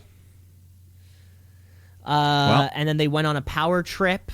This is a tag team, former tag team champions. Former tag team champions. Oh, But not necessarily, not like a tag team you would think of. That's why it was a weird name. It was two big single stars coming together, the two-man power trip. Are they two people who continued their team? Like their team also has a different name? No, once they broke up, they never really teamed again. Right, it was one of those kind of things. It's like two main eventers got together. This was kind of out of I'll say early 2000. Late 90, early 2000. Cool. I'm going to say the two-man power trip consisted of I'm going to say the two-man power trip consisted of Stone Cold and Triple H. Wow, you got it. No shit. Right on the money. Oh my god. That they were Stone Cold was the world champ, Triple H was the Intercontinental champ, and then they won the tag titles together, so they had 4 belts. They were the two-man power trip. They were both heels. They were tripping on their power. God. Wow, Sasha and Bailey should have called themselves the two-woman power trip. That would have been sick. I mean, that would they have been a could've. fantastic They could've. homage. Would have, could have, but didn't. But you got it. What a guess. Wow. I mean, with power of deduction, though, you worked it out. I was thinking. All right. This final one, though, is going to be really hard. If you've never heard of it, you'll just be like, what the fuck? But it's around that same kind of era, early 2000s. The team known as Head Cheese. Oh, no. Head cheese? Oh, my Head Cheese. Yeah, I've never heard of this. Yeah. At least it's not. They didn't call them Dick Cheese. I feel like Richard Cheese. Richard Cheese was the choice. I mean, there's one small hint. The cheese really means nothing, but the head is associated with one of the characters. Right. Okay. Someone who had a big head. Someone who had a funny looking head. Someone who got hit in the head. Maybe not. Makes you get hit in the head so much it makes your head turn to cheese. So your head cheese. Who used to get hit in the head a lot? Who was a tag team? I've got absolutely no. Yeah, it's very it's not even, you couldn't even guess these. I'm gonna say JBL and Mick Foley. Why not? I mean, that was a good Why guess. not? But no, Head Cheese. I mean, the head was because of Al Snow. Do you remember him? He would carry a mannequin head down to the That's a ring. name I've heard. Yeah, that's a name I've Yeah. heard before. He was all very low card, and then the other guy was Steve Blackman. Okay, I don't think I've heard Which that you don't. name. He was another low card. Okay. But in the Attitude Era, though, everyone was over, so everyone loved these guys. Back then, when everyone was over, I don't even remember where the name constantly- came from. It was just stupid. And they were like, Head Cheese! But then it got over, and the crowd started chanting Head Cheese, and they would wear those Green Bay, or what football team wears the cheese? Yeah, the on them? Packers, the Cheeseheads. Yeah. Yeah. Where did that come from, too, for Green Bay? What's that? I feel as though there's like a cheese plant in the area. Oh, no, that's why they're the Packers. They pack the cheese Maybe they up and pack the ship it. cheese I don't into like a wheel or something. I'm honestly not sure. Maybe it's one of those weird football things. Yeah. Oh, well, now you know that fact. The head cheese. And that's it. Oh, That's it all. was a derogatory term, actually, used for Wisconsinites by Illinois football and baseball fans when referring to Wisconsin sports fans, because Wisconsin is known as America's dairy land. So they started calling themselves cheesehead. Whoa, what a diss. Well, they started calling themselves cheeseheads, I guess, to just kind of go over it. Own it. Yeah, to own it exactly. Yeah, that's fine. What the That's fuck? if you want to shut up a bully, you just got to agree with them. That's what they always say. It's like the end of 8 Mile when Eminem goes up. And Exactly, and then the guy who plays Falcon in the Avengers, he doesn't know how to respond. he chokes because he's like, "Yeah, I just used all your material. He's what like, do you got?" I put Miracle Whip on my Wonder Bread. Blah blah blah. His middle name is Clarence. Oh, Clarence. There's like- Everyone's like, yeah, "Oh there's like- damn, Clarence went to a private school." yeah. What's up? Blah, blah, and he knows who his dad is. or something Everybody like in the that. 313. Yeah, I don't really remember. What a great much. ending. What a great climax. What a fantastic ending, beautifully portrayed by Dirt Nasty in the hit film Scary Movie 3. Also, where he has the whole he has the whole crowd inside. He's beating down then heavy-set man Fat Joe. He's not as heavy anymore, but Fat Joe, he's a whole nother thing. from Lean Back fame. The man who, he's not black, but he says the N-word. I'm not. It's a gray area. I won't go It's a there. gray area. All I know is I can't, and I shouldn't, and I never will. Mike, that was some fun trivia, but it's time to move on to our show because we're gonna hit up our Wednesday night war, and I'm gonna say this week, let's start off because I feel like as though we have more pressing matters for this because let's start with some NXT. NXT, what does it mean? I don't know, but it's some good wrestling. So NXT, watch and see. Gotta tap out a count out of 1, 2, 3. Because of course we have this whole New Year's Evil coming up, and they even have like a little photo of a little like evil looking devil goblin thing, Yeah. with like a big belly and a big head. Yeah, so that happens. So that's gonna happen. So we have a lot of shit to look forward to with tag action. I think kicks off the show actually. Yeah. We start kicking off the show. We have Leon Ruff Kushida taking on Johnny Gargano and Austin Theory. Do these guys have a name now? The Way. What the hell does that mean? The Way. They explained it last week. Oh He's my like, god, well, I need to pay attention more to NXT. Yeah. No, it's just, it is what it is. Like, oh, this is the way. Now that's the way. This is the way. This is the Oh, way. It's the way to do it. I guess. Anyways, so Gargano, Austin Theory, they've even got like matching gear now. And if tag teams need to wear matching gear, that's the step number one. And they keep doing this no-look high five that they're so proud of. I don't know. It's risky every time you do it. It's just kind of like a I guess. destroyer or a package pile driver. You need to trust the other guy a lot to hit it. Well, speaking of risky, at one point, Leon Ruff, he's going for like some sort of springboard tope and hero, but when he jumps, his foot slips. So he doesn't go very far, just kind of misses the whole group and just lands hard on the floor. These slippery ropes down there in Florida. I don't know what's happening. Hot. Yeah. I mean, luckily for him, he's so light that maybe the weight didn't hurt him as bad because he gets up, he continues the match, puts up a good fight, but eventually Theory catches him and he hits, he shouts, "This is the way," and just hits this really cool new finisher of his. I don't even know what to call it, but it looked really cool. Yeah. He gets the win. Some kind of new, unique looking thing. Okay, why did Austin Theory leave in the first place? I can't remember. Remember, well, his whole year has been weird. He went up to Raw, then he got a tag title shot, and he joined Seth Rollins' group, and then he disappeared again. Then he just showed up back on NXT. And then I remember Johnny Gargano beat him up, Yeah, he was losing a bunch. and then he just disappeared, and then I Okay. guess he recruited by Johnny. Got him a ghost face mask, and off we go. Okay, cool. I was wondering where this goes, or like how we got here, but where it goes rather. Kushida looked great in this matchup. Yeah, he's, after his first 6 months of doing nothing, the last couple of months, they've been done a good job keeping him strong, picking up some wins.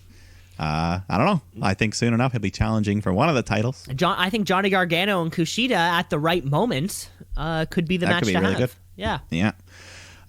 Then after this, I think we get a glimpse of Dexter Lumis. He's just sitting on that balcony, sketching on his little tablet, doing the New Year's Evil logo. Yeah.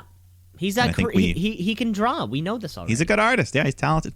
I think you're fine. He reveals that he will be the host of New Year's Evil. Which So I much thought like- was a weird choice. I mean, the guy doesn't speak, but yeah. much like Shotzi, though, he'll also be wrestling on the card. Yes. I don't know if we'll get a... Do we need a host for every single thing? I don't know. But we'll see what he does. Yeah. In the meantime, Tyler Rust is taking on Tommaso Ciampa. And the Thatch Man comes out to watch the action. Rust accidentally kicks him at one point. Anyways, this match was pretty good. This Rust guy, he looks good. But yeah, eventually Ciampa hits the Willow's Bell, gets the win. Yeah, we have seen this Tyler Rust, I think, on a Thatch Can. Yeah, he got bullied, but now he's with him. And, Ciampa and Thatcher had an amazing match at TakeOver, so I'm all for another rematch if they want to do it. Yeah, these two guys had a fucking great match like that. Yeah, this as well. Yeah, Rust, I'll see more of Rust. Mm-hmm. More. Anyway, let's go on to Kyle O'Reilly taking on Pete Dunne. The winner gets a title shot against Finn Balor at New Year's Evil. So at ringside, we got Undisputed Era there. Oney Lorcan, Danny Burch, they're all there, so it's getting crowded. And then Killian Dane, Drake Maverick, they come out. They attack them, so Undisputed Era, they come to help. And then Breezango just come flying in out of nowhere. So the whole tag division is just brawling. We got a gang of refs to come take everyone away. So it's just the two men. We can just get on with the match. And it was damn good. Wow. I gotta say, it was hard hitting, technical, mat-based wrestling, submission. It had everything.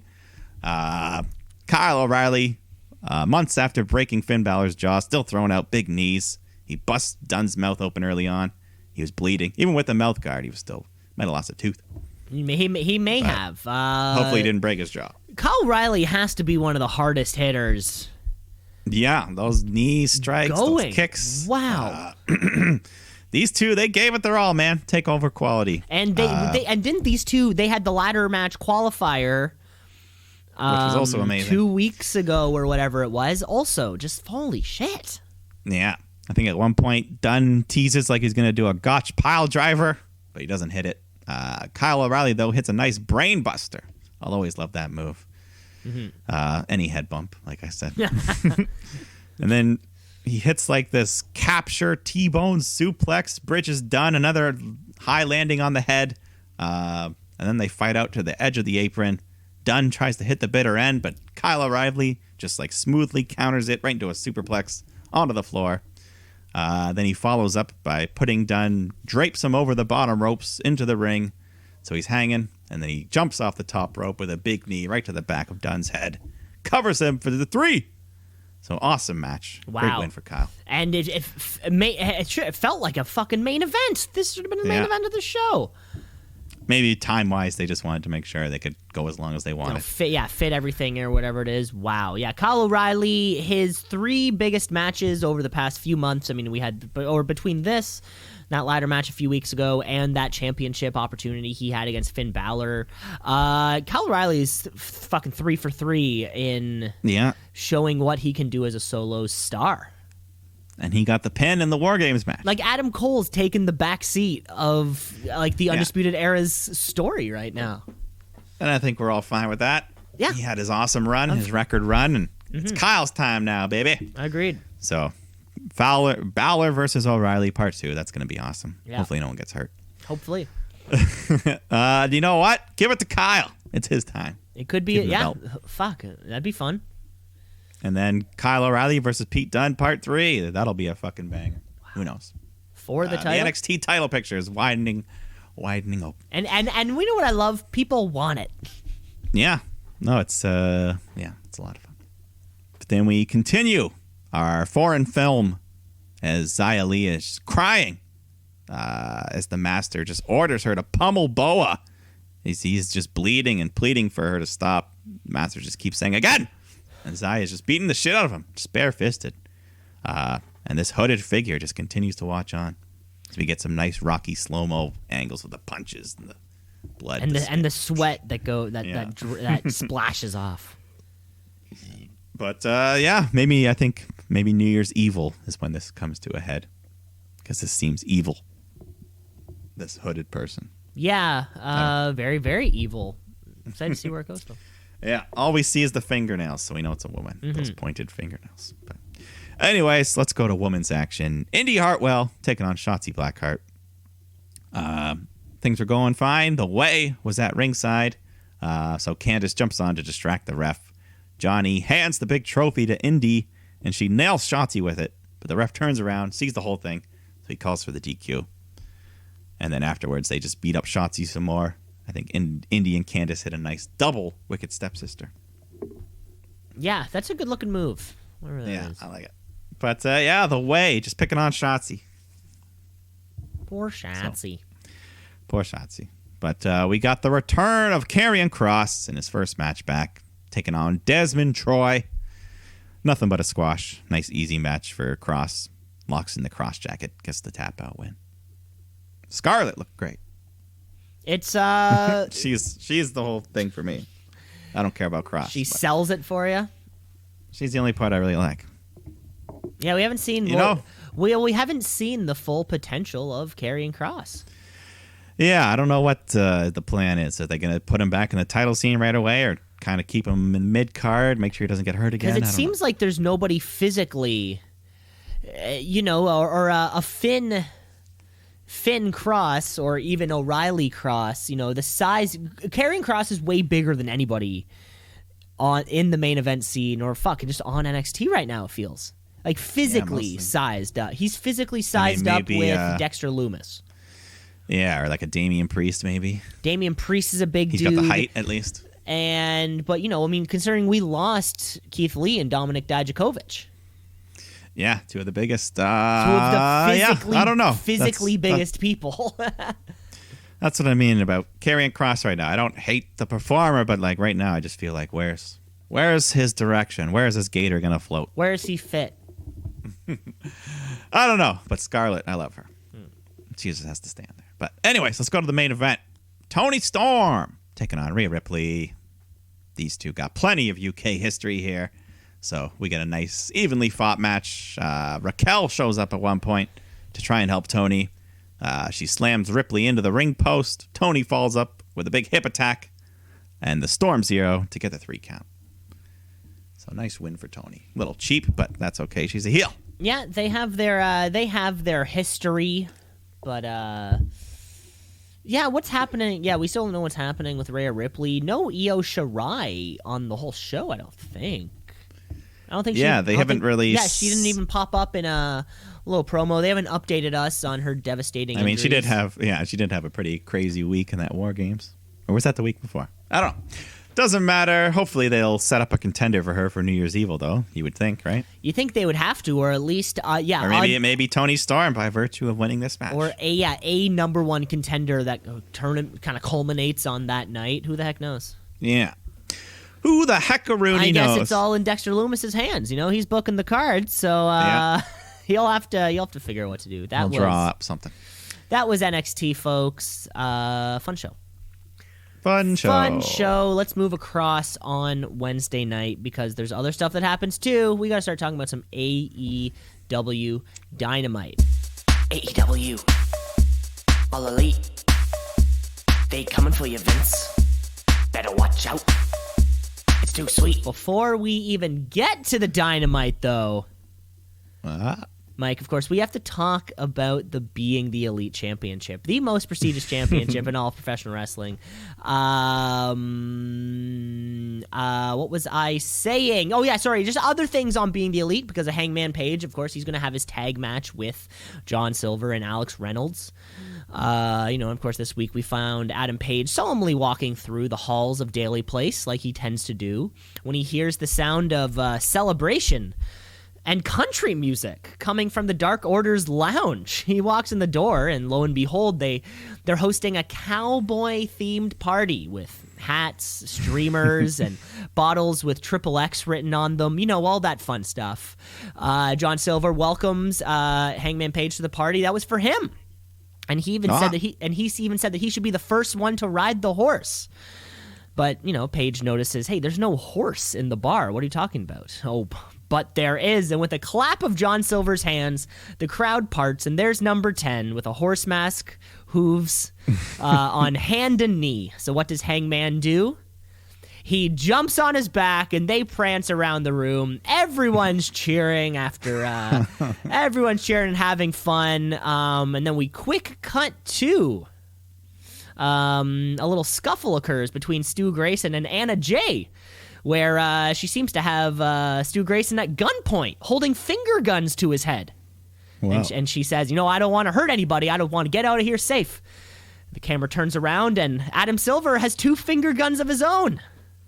The camera pans over again. John Silver, Evil Uno. We have ourselves a little Mexican standoff here, where with a little bit of post-production gun sound effects and some cool slow-mo action scenes, everybody shoots everybody.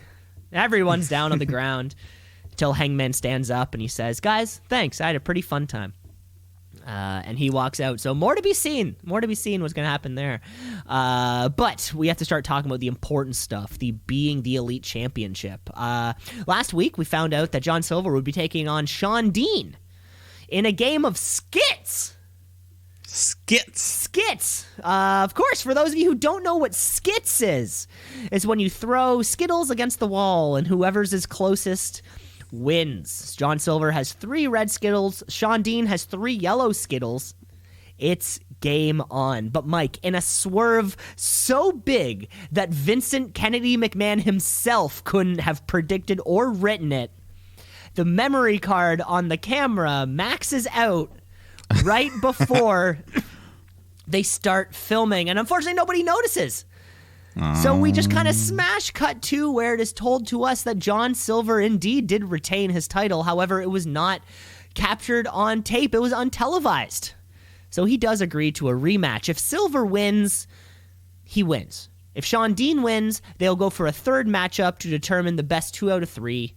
After 6 skits go down, the Mustard Boy, a.k.a. Mr. Hot Dog, a.k.a. Johnny John Boy, John Silver, walked away from the competition and as champion once again.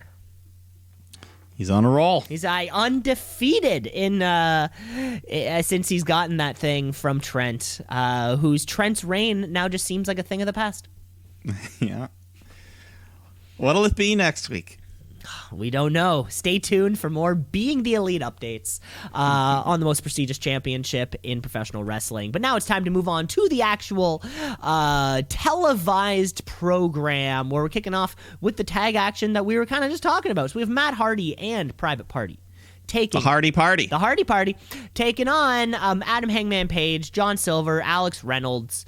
Hangman seems to have warmed up to these two fun guys. They show up wearing this little kind of party costume. Cowboy party costume. Yeah, they're trying to match. They even put the hat on Hangman. He's like, "No, I'm not wearing that." No, they want to be there. They want to have It's fun. like a Woody hat. It's not like a cool cowboy hat. It's like a Woody. hat. That's the best way to describe it. But, it's fun. They're having a great time. They end up working well together. Hangman, the Dark Order. They do a bunch of Reynolds and Silver just love to do this spot where they just hit a bunch of moves in succession, like boom, boom, one into the other, like a German suplex, into a bridge, into a jackknife. So that was cool. But then eventually Hardy hits this draping twist of fate to Silver off the edge of the apron to the floor. So he's dead. And then back in the ring, Private Party hit the gin and juice to Reynolds. But Hardy tags in, steals the pin, covers him for the 3. So a bit of tension between him and Private Party. Of course, I think Matt Hardy feels as though he has not received the respect he deserves in the last, or since he's been in AEW. Matt Hardy invented, if you were to ask Matt Hardy, he invented tag team wrestling. He invented brothers competing together. He invented the idea of having no fear. Hell, he would even claim invention for the TLC Anything Extreme hardcore matches. Maybe it's about time that the rest of the roster starts paying Matt Hardy the respect he deserves. Maybe. Yeah. Starting with Private Party. Who's next? We go backstage. Alex Marvez is with the Inner Circle, and MJF has an award from New York Times for the best performance of 2020 for the Dinner Debonair. And he just kind of cuts a promo with a couple of backhanded compliments for Jericho. Yeah, I heard about that, I think, a couple weeks ago, and it wasn't like, bless you, it wasn't like they won the award. It was like the New York Times put out like their 10 best Yeah, I think they things. just made up this plaque themselves. Yeah, but it is pretty cool to receive the recognition, or for a little new wrestling show to receive some cool recognition from an actual media outlet. Yeah, and some small teases of MJF just kind of talking over Jericho, things like that. Mm-hmm. But then we cut to it's Christmas time at the Rhodes house, where Cody and Brandy and what looks to be a new puppy are kind of decorating the tree. When the doorbell rings, they find a little gift at the door from a mystery person. They open it up. There's a Christmas decoration that says, "We're expecting a baby, 2021." Oh my lord! And then we cut to Pharaoh wearing a bandana that says "Baby Security and Training." Mike, can you wait for Little Moxley and Little Rhodes taking on each other in like the Rumble or something? And then Entrant 30 comes out and it's the little Daniel Bryan. 25 years from now, when we're still doing this podcast, when we're on episode like 4,000, calling it right now. Yeah, we'll see. One thing's for sure. They're having a baby. More Cody, though.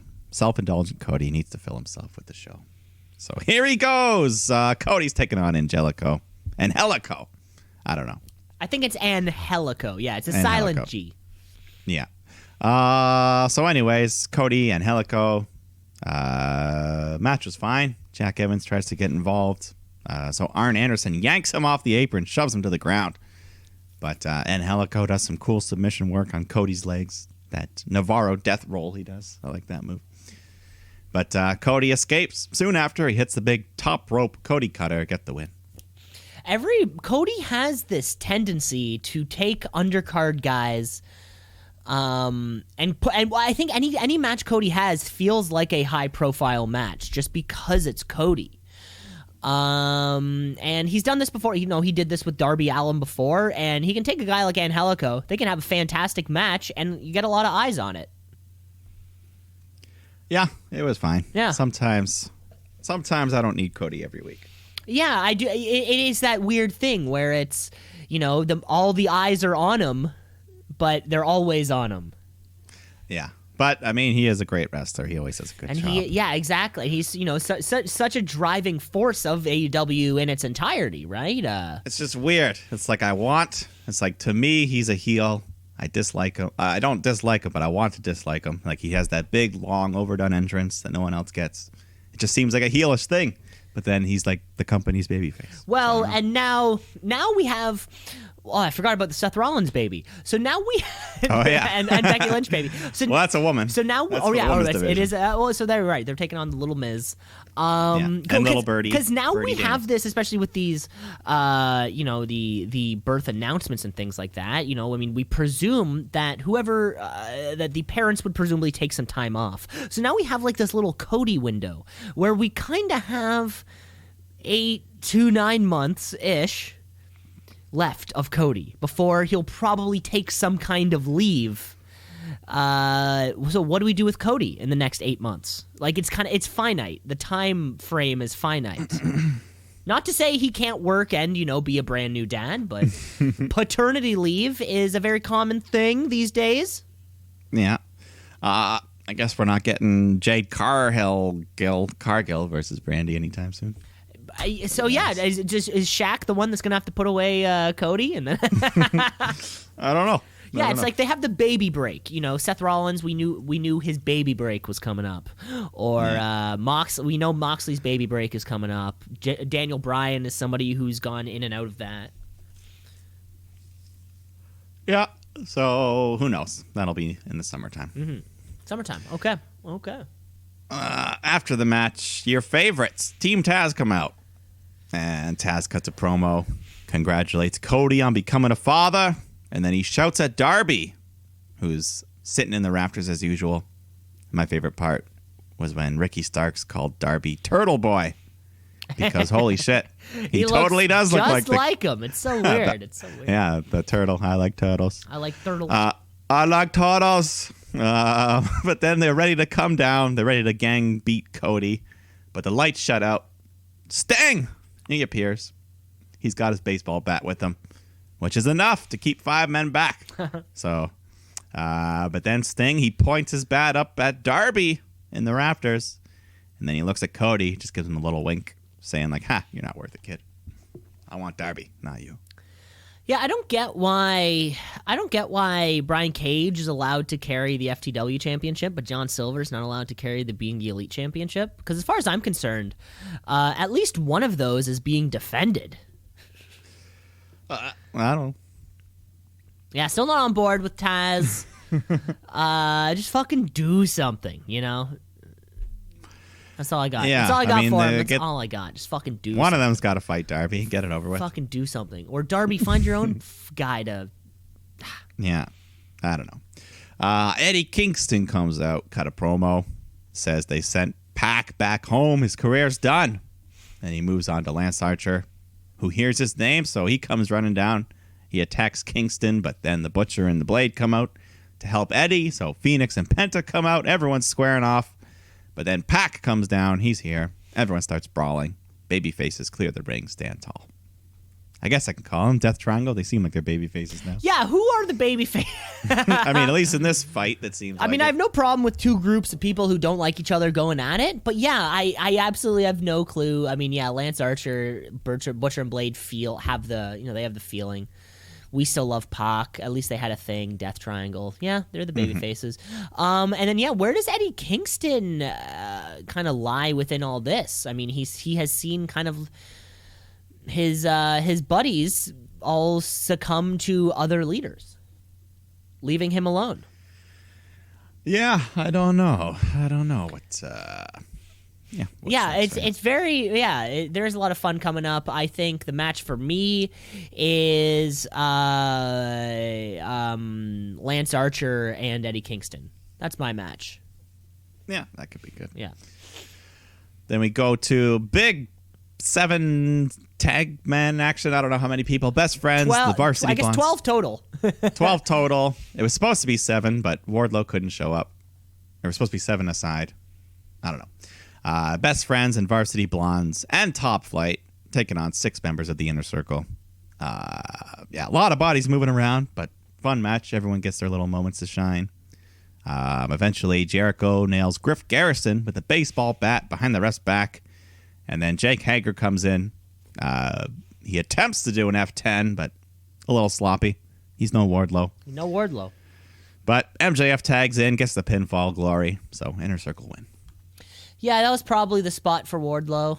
Or maybe he was Yeah. paying homage to him. It's weird. I thought they didn't like each other, so why is he doing his move? Yeah, who knows? Unless it's like a diss, but he ends up looking like a fool because he couldn't do it right. I don't know. Anyways, we go backstage. Thunder Rosa is getting interviewed when Reba and Britt Baker attack her, and then they just disrespect her. Pour water on her face and rub her face paint off. Ooh. That's not nice. And then we get SCU taking on the Acclaimed, making their Dynamite debut. They get a cool little entrance. One of them's holding a boom box while the other guy raps. You know, some rhymes are okay, some were. Yeah, didn't they try that with Leo Rush one time and then it didn't work? Yeah, there's been, I think at one point he called the guy a cuck. They used the word cuck. That's a 2020 rhyme. Anyways, we get some wrestling. The Acclaim look pretty good. Nice, young and athletic, but they're not afraid to play dirty.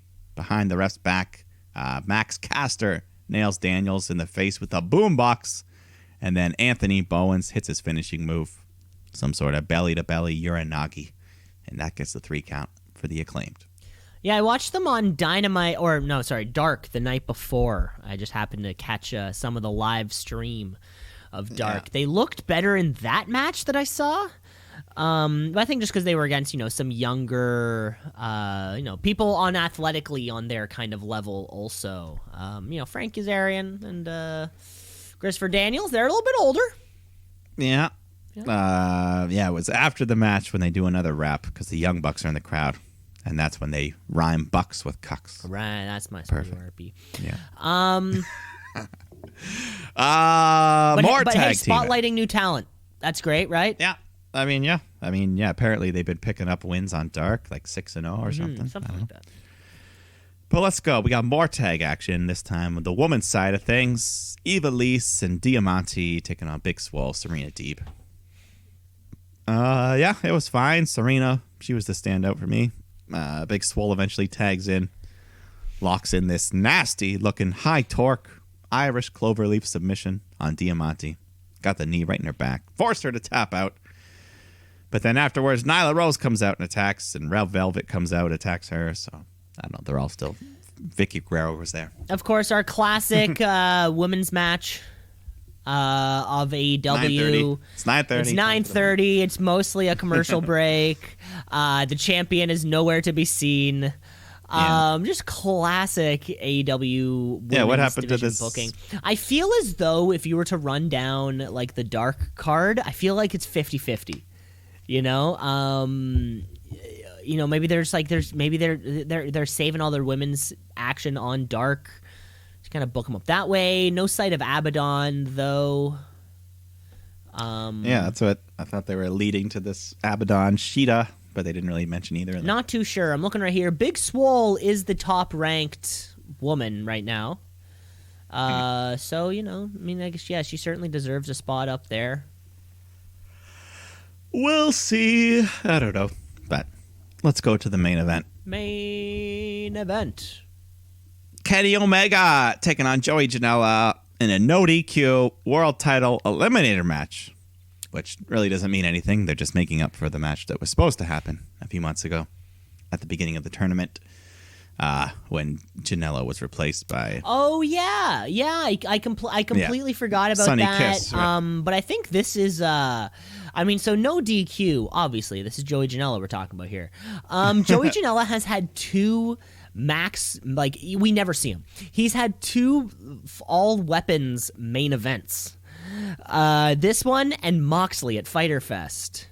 If you need a guy to use all the weapons and put in your main event, fucking Joey Janela. Give him right to you. I like this guy. I like Joey Janela. Yeah, he busts his ass. He works hard to put on a good match. Exactly. Isn't that what it's all about anyways? Yeah, and he just comes right at Kenny when he's walking down to the ring, just chucks a trash can at his head, sets some chairs up on the floor. But Omega is the one. He hits a Kitaro crusher to Joey on the seated chair. And then Janela sits down in the other one. So Omega goes in the ring, runs out, hits a big toe-picking hero. But it looked like a rough landing, as like his ass hits Joey right in the head. Yeah, old ass to the head thing. Yeah, Janela looked like he was, knocked loopy for a few minutes after, because they were kind of stalling for time. Like Kenny was hitting him with the cookie sheets, and Don Callis was on the mic, or doing live commentary on the microphone, and gave it to Kenny. Kenny started talking.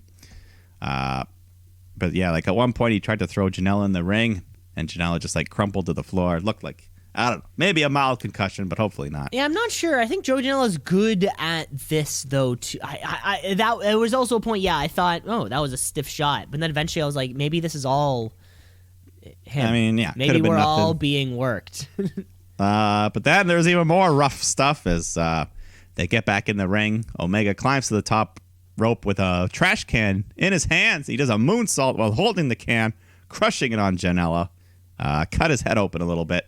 Mm-hmm. So, but he wasn't done there. He puts the crumpled can back on Joey's back and then just double stomps it to his head.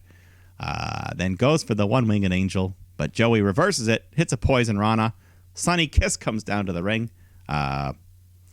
Yeah, see, this is where I thought Joey was still kind of fucked up, because Sonny's like setting up a table, and meanwhile, it's like Joey's looking under the ring for the table. He didn't know what quite was going on. Oh, okay. But yeah, I see what you're saying. Anyways, Omega gets laid out across the table. Janela climbs to the top rope, hits a big leg drop, crashes through Kenny, through the table, on the floor. But soon after, Kenny recovers, hits the V trigger, and the one-winged angel to get the win. Always gets that win. I forgot to mention in that Triple Mania match, Laredo Kid had a fantastic reversal on that one-winged angel where, like, he came down and then rolled through into the, like, kind of used the momentum of the flip. It actually had me. It fucking had me for a second. It actually had me as soon as he reversed it. I'm just, woo-hoo! But no. That's pretty cool. No. Then I think after the match, Don Callis goes to talk a bit more, but then the Death Triangle come out, and Pac cuts a promo saying how Phoenix, he also never lost in that tournament because he was replaced by Penta after getting injured. So come on, Kenny, you ain't the rightful champ. And they announced that December 30th, New Year's Bash Part 1, Phoenix will get a title shot against Kenny. Fantastic. Yeah, that will be fantastic. I mean, obviously, if you're putting fucking these two in a match, it's gonna be sick. I mean, that's the man that Omega beat for that AAA title. I believe so. You are correct. And that was it. That was Wednesday night. That was Dynamite. Let's quickly go over TLC this weekend. Back to our main roster action. Our SmackDown Go Home show is tomorrow, but you'll see what happens there. So, Mike, how about you book this little card for us? It's a shortish card so far. Yeah, 6 matches, only 2 stips. They didn't throw all the other things. Yeah, there's in. Or maybe. Yeah, who knows? So book it for us. All right, let's start with the New Day defending their tag titles against the Hurt Business. As of right now, in a just regular tag team match. But, you know, it should be good wrestling if they let them do it. I'd say it's time to put the titles on the Hurt Business. Yeah, buck up for shut up for these guys. You know, I mean, yeah, they're such an integral part of Monday Night Raw already. Them not being dripped in gold almost feels like a crime. Yeah. So give it to them. Mm-hmm. There we go. SmackDown side of things. Sasha Banks defending her woman's title against Carmella. Doesn't stand a chance. No, just kind of a filler feud, much like the stuff in her face. Sorry.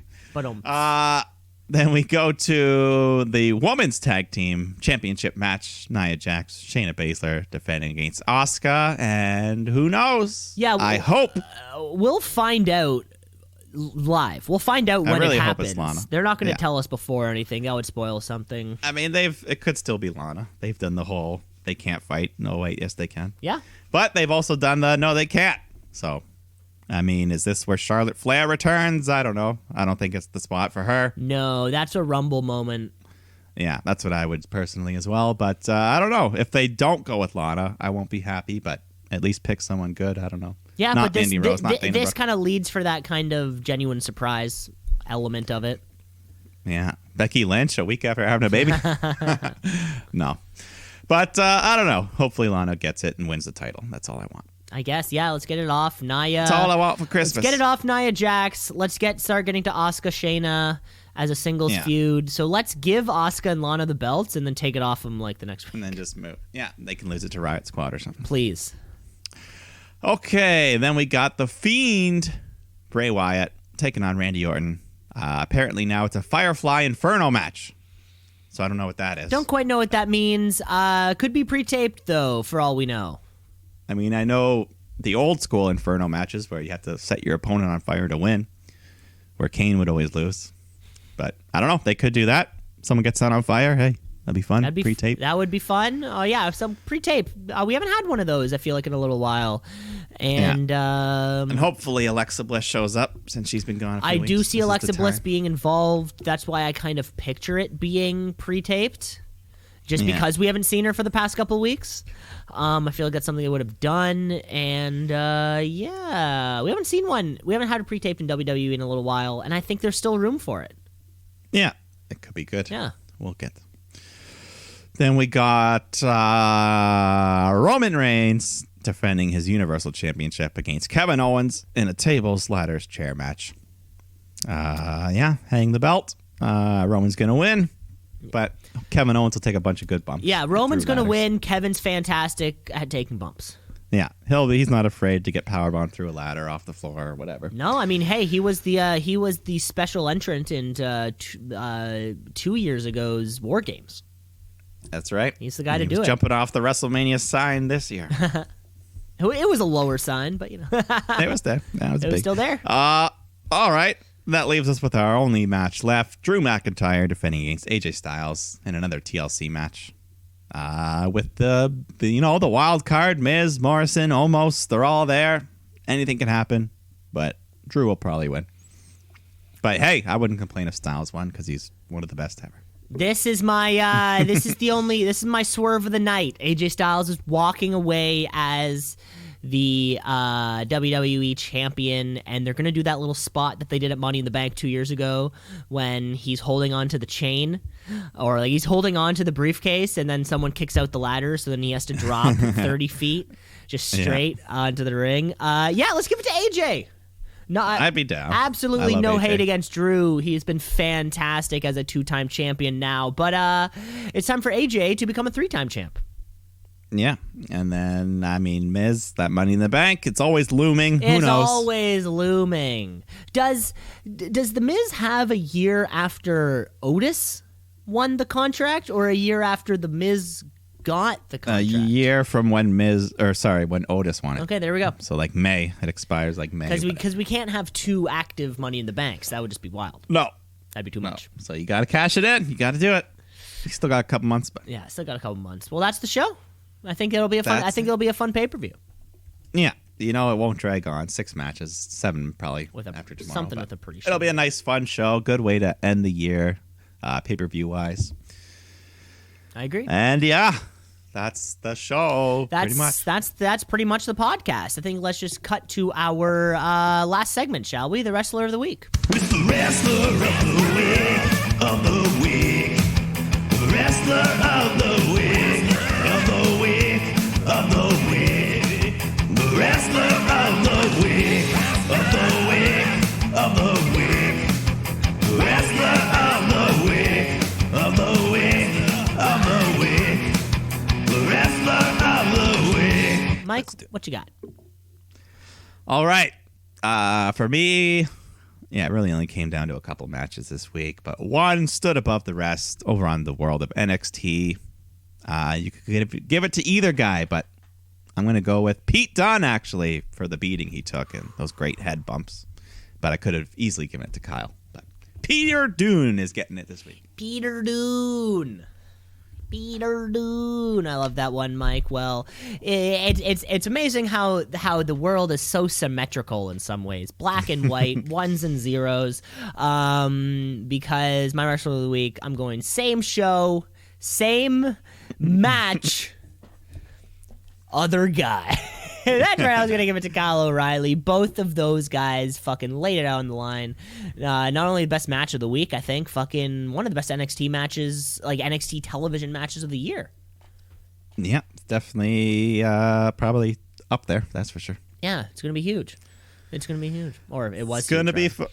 And that was all the time we have for the podcast this week. Rate, review, like, subscribe. The podcast is everywhere, all over the internet. We'll be back next week because, although it is the holiday season, the professional wrestling world does not stop. Yeah. I mean, we'll figure out our schedules and the shooties. And I mean, I think Christmas Eve, New Year's Eve are on Thursdays, but we can plan around that. We can probably do everything normal. Exactly. We're locked down. I'm locked down. Exactly. We still have more podcasts to go, especially the shooties coming up in a couple weeks, whenever that is. So you're going to want to stick around for that. And that's all the time we have. That's it. Oh, I quit. God damn it. Okay, we'll talk to you later. Bye. Bye. True